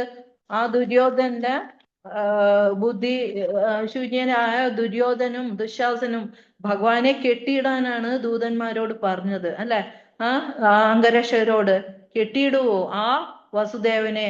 അപ്പോ ഭഗവാന്റെ മഹിമ അവർക്ക് അറിയില്ല. അപ്പോ ഭഗവാൻ എന്താ പറ്റിയ, കെട്ടിയിടാൻ പറ്റുമോ? ഭഗവാൻ അങ്ങനെ വിശ്വരൂപം കാണിച്ചു. അങ്ങനെ ഭഗവാനെ വിചാരിക്കുമ്പോ കെട്ടിയിടാനൊന്നും പറ്റില്ല. ആകെ ഭക്തിയുടെ മുമ്പിൽ മാത്രമേ കെട്ടിയിടാൻ പറ്റുള്ളൂ. ഈ ദാമോദര ലീലയില് അമ്മ ഭഗവാനെ കെട്ടിയിടാൻ ശ്രമിക്കുന്നുണ്ട്, അമ്മയ്ക്ക് പോലും കഴിഞ്ഞിട്ടില്ല. പിന്നെ ഭഗവാൻ നോക്കി, അമ്മ ഇത്രയും ക്ഷീണിച്ചു. ഭഗവാൻ ആ കോട്ടയാടില് മുറ്റത്ത്, ഭഗവാന്റെ ആ ഗോകുലത്തിന്റെ മുറ്റത്ത് ഇങ്ങനെ മണ്ണ് വാരി വെണ്ണ കുടങ്ങളൊക്കെ പൊട്ടിച്ചു. അപ്പൊ ദേഷ്യം വന്നിട്ട് അമ്മ വടിയെടുത്തു, യശോദാമ്മ. അവിടെ നിന്നെ ഇന്ന് കെട്ടിയിടും എന്നൊക്കെ പറഞ്ഞിട്ട് അവിടെ കെട്ടിയിടാൻ നോക്കി. എത്ര കയറെടുത്ത് കെട്ടിയാലും ഭഗവാനെ കെട്ടാൻ സാധിച്ചില്ല. അവസാനം അമ്മയുടെ ആ യജ്ഞം, ആ യജ്ഞവും ഭക്തിയും അമ്മയുടെ പ്രവർത്തനം ഇത് എത്ര ആ ഒരു ട്രയൽ എന്ന് പറയും, അതിന്റെ മുമ്പിലാണ് ഭഗവാൻ പറഞ്ഞ് ഓക്കെ എന്നെ കെട്ടിയിടൂ എന്ന് പറഞ്ഞിട്ട് സ്വയം നിന്ന് കൊടുക്കുക. അപ്പോഴാണ് ഭഗവാൻ അങ്ങനെ ഭഗവാൻ ആരാന്നെന്നും ഈ പറഞ്ഞ കുരുക്ഷേത്രക്കാർ കുരു വംശക്കാർ ഇവർക്ക് മനസ്സിലായിട്ടുണ്ട്. ഭീഷ്മർക്ക് അറിയാം, ദ്രോണർക്ക് അറിയാം. പക്ഷേ അവരെല്ലാം ഇവരുടെ അധീനത്തിലായിരുന്നു. 21 ശ്ലോകം. യദ്ദാചരതി ശ്രേഷ്ഠ തത്തദ്ദേവേതരോ ജനാഃ സയത് പ്രമാണം കുരുതേ ലോകസ്തദനു വർത്തതേ. ലാസ്റ്റ് ശ്ലോക. ഒരു ശ്രേഷ്ഠനായ വ്യക്തി എന്ത് തന്നെ ചെയ്താലും സാധാരണ ജനങ്ങൾ അദ്ദേഹത്തെ അനുകരിക്കുന്നു. മാതൃകാപരങ്ങളായ പ്രവൃത്തികളിൽ അദ്ദേഹം സ്വീകരിക്കുന്ന മാനദണ്ഡങ്ങളെ ലോകമൊട്ടാകെ ആദരിക്കുന്നു. ഇത് നമ്മളെ ചുറ്റുമുള്ള ആൾക്കാരെ നോക്കിയാൽ നമുക്ക് ഉന്നതമായ വ്യക്തികളെ കാണുമ്പോൾ നമുക്കറിയാം അല്ലെ, എത്രയോ മോഡൽ ആകേണ്ട ആൾക്കാരുണ്ട്. ഇപ്പൊ നമ്മുടെ പ്രധാനമന്ത്രി എത്രയോ രാജ്യത്തിലെ എത്രയോ വലിയ വൻ ശക്തികൾക്ക് പോലും അദ്ദേഹം ഒരു മാതൃകയാണ്. അദ്ദേഹത്തിന്റെ ആ ഡെമോക്രസി, ഡിപ്ലോമാറ്റിക് പവർ, അതൊക്കെ അദ്ദേഹത്തിന്റെ ഒരു കഴിവാണ്. അപ്പൊ അതുപോലെ നമുക്ക് ഈ ഭരിക്കുന്ന ആൾക്കാര്, ഒരു ശ്രേഷ്ഠനായ വ്യക്തി എന്താണ് ചെയ്യുന്നത് അതുപോലെ ആയിരിക്കും. നമ്മൾ സാധാരണ ഒരു മനുഷ്യർ ഇപ്പോ ഒരു ഡി അഡിക്ഷൻ സെന്ററിൽ പോയാല് അവിടെ നമ്മളെ ട്രീറ്റ് ചെയ്യുന്ന ആളിരുന്ന് പുകവലിക്കുന്നുണ്ടെങ്കിൽ ഈ ഡി അഡിക്ഷൻ അല്ലെങ്കിൽ പുകവലി നിർത്താനായിട്ട് അവിടെ കൊണ്ടുപോയാല് ശരിയാവില്ല. അപ്പൊ നമ്മൾക്ക് മാതൃകാപരമായിട്ട് നമ്മളെ കാണിച്ചു തരാനുള്ള ഒരു നല്ല നേതാവായിരിക്കണം നമ്മളെ നയിക്കുന്നത്. അപ്പൊ ഇവിടെയും അതുപോലെയാണ്, നല്ലൊരു ഗുരുവാണ്, ശാസ്ത്രവിധിക്ക് അനുസരിച്ചുള്ള ഒരു ഗുരുവിനെയാണ് നമുക്ക് സ്വീകരിക്കേണ്ടത്, ഒരു മാതൃകയാക്കേണ്ടത്. ഇത് എല്ലാം നമ്മുടെ രാജാവ് അല്ലെങ്കിൽ രാഷ്ട്രത്തിന്റെ ഭരണാധികാരി, പിതാവ്, അധ്യാപകൻ എന്നിവരെ അറിവ് കുറഞ്ഞ സാധാരണ ജനങ്ങളുടെ നേതാക്കളായിട്ടാണ് സ്വാഭാവികമായി കരുതി വരുന്നത്. അപ്പൊ നമ്മളെ പഠിപ്പിക്കുന്ന ഗുരുക്കന്മാര് ഇപ്പോഴത്തെ കലിയുഗമാണ്. ഇപ്പോഴത്തെ ഗുരുക്കന്മാരെന്ന് വെച്ചാല് നമുക്ക് ഇപ്പോ മീഡിയാസില് TV ഇതിലൊക്കെ കാണുന്നത് നമുക്ക് ശ്രദ്ധിക്കാനേ, ഇത് പിതാവെന്ന് പറയും.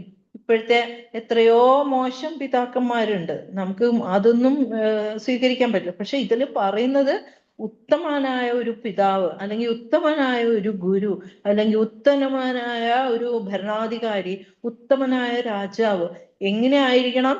മറ്റ് ജനങ്ങൾക്ക് ഒരു മാതൃകയായിരിക്കണം. അപ്പോൾ ഇതോടെ ഇന്നത്തെ ചാപ്റ്റർ ഞാൻ അവസാനിപ്പിക്കുക. കുറെ താമസിച്ചു. വളരെ ഇമ്പോർട്ടൻ്റ് ആയിട്ടുള്ള ഒരു ചാപ്റ്റർ ആണ്. അപ്പോ എനിക്കത് വെറുതെ ഓടിച്ചിട്ട് പോയാൽ പോലും നമുക്ക് കുറെ സമയം എടുക്കും.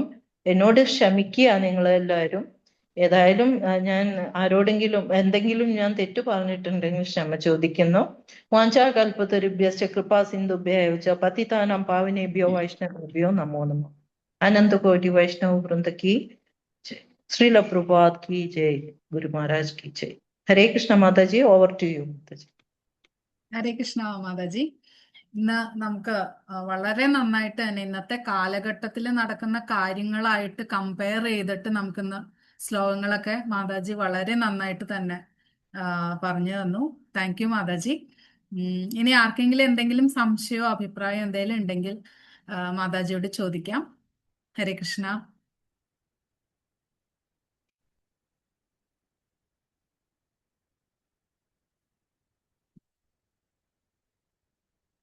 സംശയം ഒന്നും ഇല്ല എന്ന് വിചാരിക്കും. ഓൾറെഡി നമ്മൾ ലേറ്റ് ആയി. ഹരേ കൃഷ്ണ മാതാജി. ഹരേ കൃഷ്ണ. വായിച്ചാൽ മനസ്സിലാക്കാൻ കുറച്ച് എനിക്ക് തനിയെ വായിക്കുമ്പോൾ കുറച്ച് ബുദ്ധിമുട്ട് തോന്നിയിട്ടുള്ള ഭാഗങ്ങളൊക്കെയാണ് ഇത്. അപ്പോ അത് ഇത്രയും ലളിതമായും എന്നാൽ ഇത്രയും ഗംഭീരമായിട്ടും പറഞ്ഞു തരാൻ പറ്റുമെന്ന് അല്ലെങ്കിൽ കേൾക്കാൻ പറ്റുമെന്ന് ഞാൻ പ്രതീക്ഷിച്ചില്ല. അപ്പൊ അത്ര ഒരു ഗംഭീര ക്ലാസ് ആയിരുന്നു. കാരണം ഒരുപാട് ഉദാഹരണം ഇല്ലസ്ട്രേഷൻസോട് കൂടിയാണ് ഇതൊക്കെ പറയുന്നത്. അപ്പം നമുക്ക് മനസ്സിൽ താങ്ങി നിൽക്കുകയും ചെയ്യും. എന്തൊക്കെയോ കുറെ സംശയങ്ങളും കാര്യങ്ങളും ഒക്കെ ഉണ്ട്. അപ്പൊ അതൊക്കെ ഫില്ല് ചെയ്താണ് ഇന്നത്തെ ക്ലാസ് മുന്നോട്ട് പോയിരിക്കുന്നത്. വളരെ നല്ല ക്ലാസ് ആയിരുന്നു. ഒരുപാട് കേൾക്കുമ്പോൾ ഒരുപാട് സമാധാനം തോന്നി. ഈ ഈ കാര്യങ്ങളൊക്കെ വളരെ അടുക്കും ചിട്ടയോടെ ഇങ്ങനെ അതിനൊരു ക്ലാസ് കേൾക്കാൻ പറ്റിയതിൽ ഒരുപാട് സന്തോഷം. ഭഗവാന്റെ അനുഗ്രഹം. വലിയ നന്ദി. നമുക്ക് ഇത്രയും ഒരു നല്ല ഒരു റിലേഷൻ, ഈ ഭഗവാനുമായിട്ടുള്ള റിലേഷൻ നമുക്ക് ബന്ധിപ്പിക്കാനും അല്ലെങ്കിൽ നമുക്ക് ഈ ഭഗവത്ഗീത മനസ്സിലാക്കി കൊടുക്കാനും ശിലപ്രഭു അതൊക്കെ കഴിഞ്ഞു എന്ന് തന്നെ നമ്മള് പൂർവജന്മത്തിൽ ചെയ്ത ഒരു പുണ്യമാണ് മാതാജി. അത്രേ ഉള്ളൂ. ഹരേ കൃഷ്ണ. ഹരേ കൃഷ്ണ. താങ്ക് യു വീണ മാതാജി. വളരെ നന്നായിട്ട് ക്ലാസ്. ഇന്നത്തെ വേറെ ആർക്കും സംശയമില്ല എന്ന് വിചാരിക്കുന്നു. ഇന്നത്തെ ക്ലാസ് ഇന്ന് നമുക്ക് ഗീതാ മഹാത്മ്യം പറഞ്ഞു തന്ന ഹെർ ഗ്രേസ് ഭൂദേവി മാതാജിക്കും ഹരിനാമ മഹാത്മ്യം പറഞ്ഞു തന്ന ഹെർ ഗ്രേസ് ഭാനു നന്ദിനി മാതാജിക്കും ഭഗവത്ഗീത ശ്ലോകങ്ങൾ നമുക്ക് വളരെയധികം നന്നായിട്ട് തന്നെ ഇല്ലസ്ട്രേഷൻസോട് കൂടി തന്നെ പറഞ്ഞു തന്ന ഹെർ ഗ്രേസ് നളിനി രുക്മിണി മാതാജിക്കും താങ്ക് യു. ഇന്നത്തെ ക്ലാസ് ഇനിയും നമുക്ക് നരസിംഹ പ്രാർത്ഥനയോടുകൂടി വൈൻഡപ്പ് ചെയ്യാം. ഹരേ കൃഷ്ണ. നമസ്തേ നരസിംഹായ പ്രഹ്ലാദാദായിനി ഹിരണ്യകാശിപൂർവക്ഷഃ ചിലഠൻ കാനഖാലായേ ഇതോ നരസിംഹ പരതോ നരസിംഹ യേതോ യാമി തതോ നരസിംഹ ബഹിർനരസിംഹ ഹൃദയേ നരസിംഹ നരസിംഹമതിം ശരണം പ്രപദ്യേ തവ കരകമലവരേ നഖാ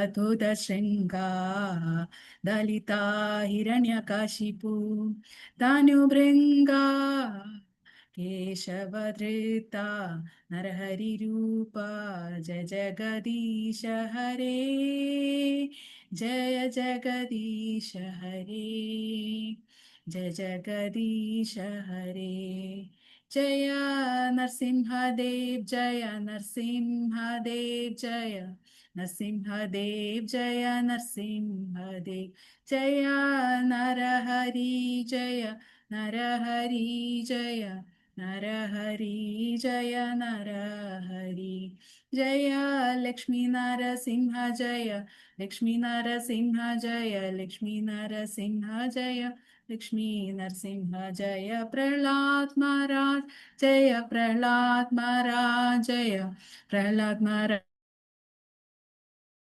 जय प्रहलाद महाराज जय जय प्रभुपाद प्रभुपाद प्रभुपाद जय जय प्रभुपाद जय जय गुरुदेव गुरुदेव गुरुदेव जय जय गुरुदेव निताय गौर हरि बोल हरि बोल हरि बोल निताय गौर हरि बोल.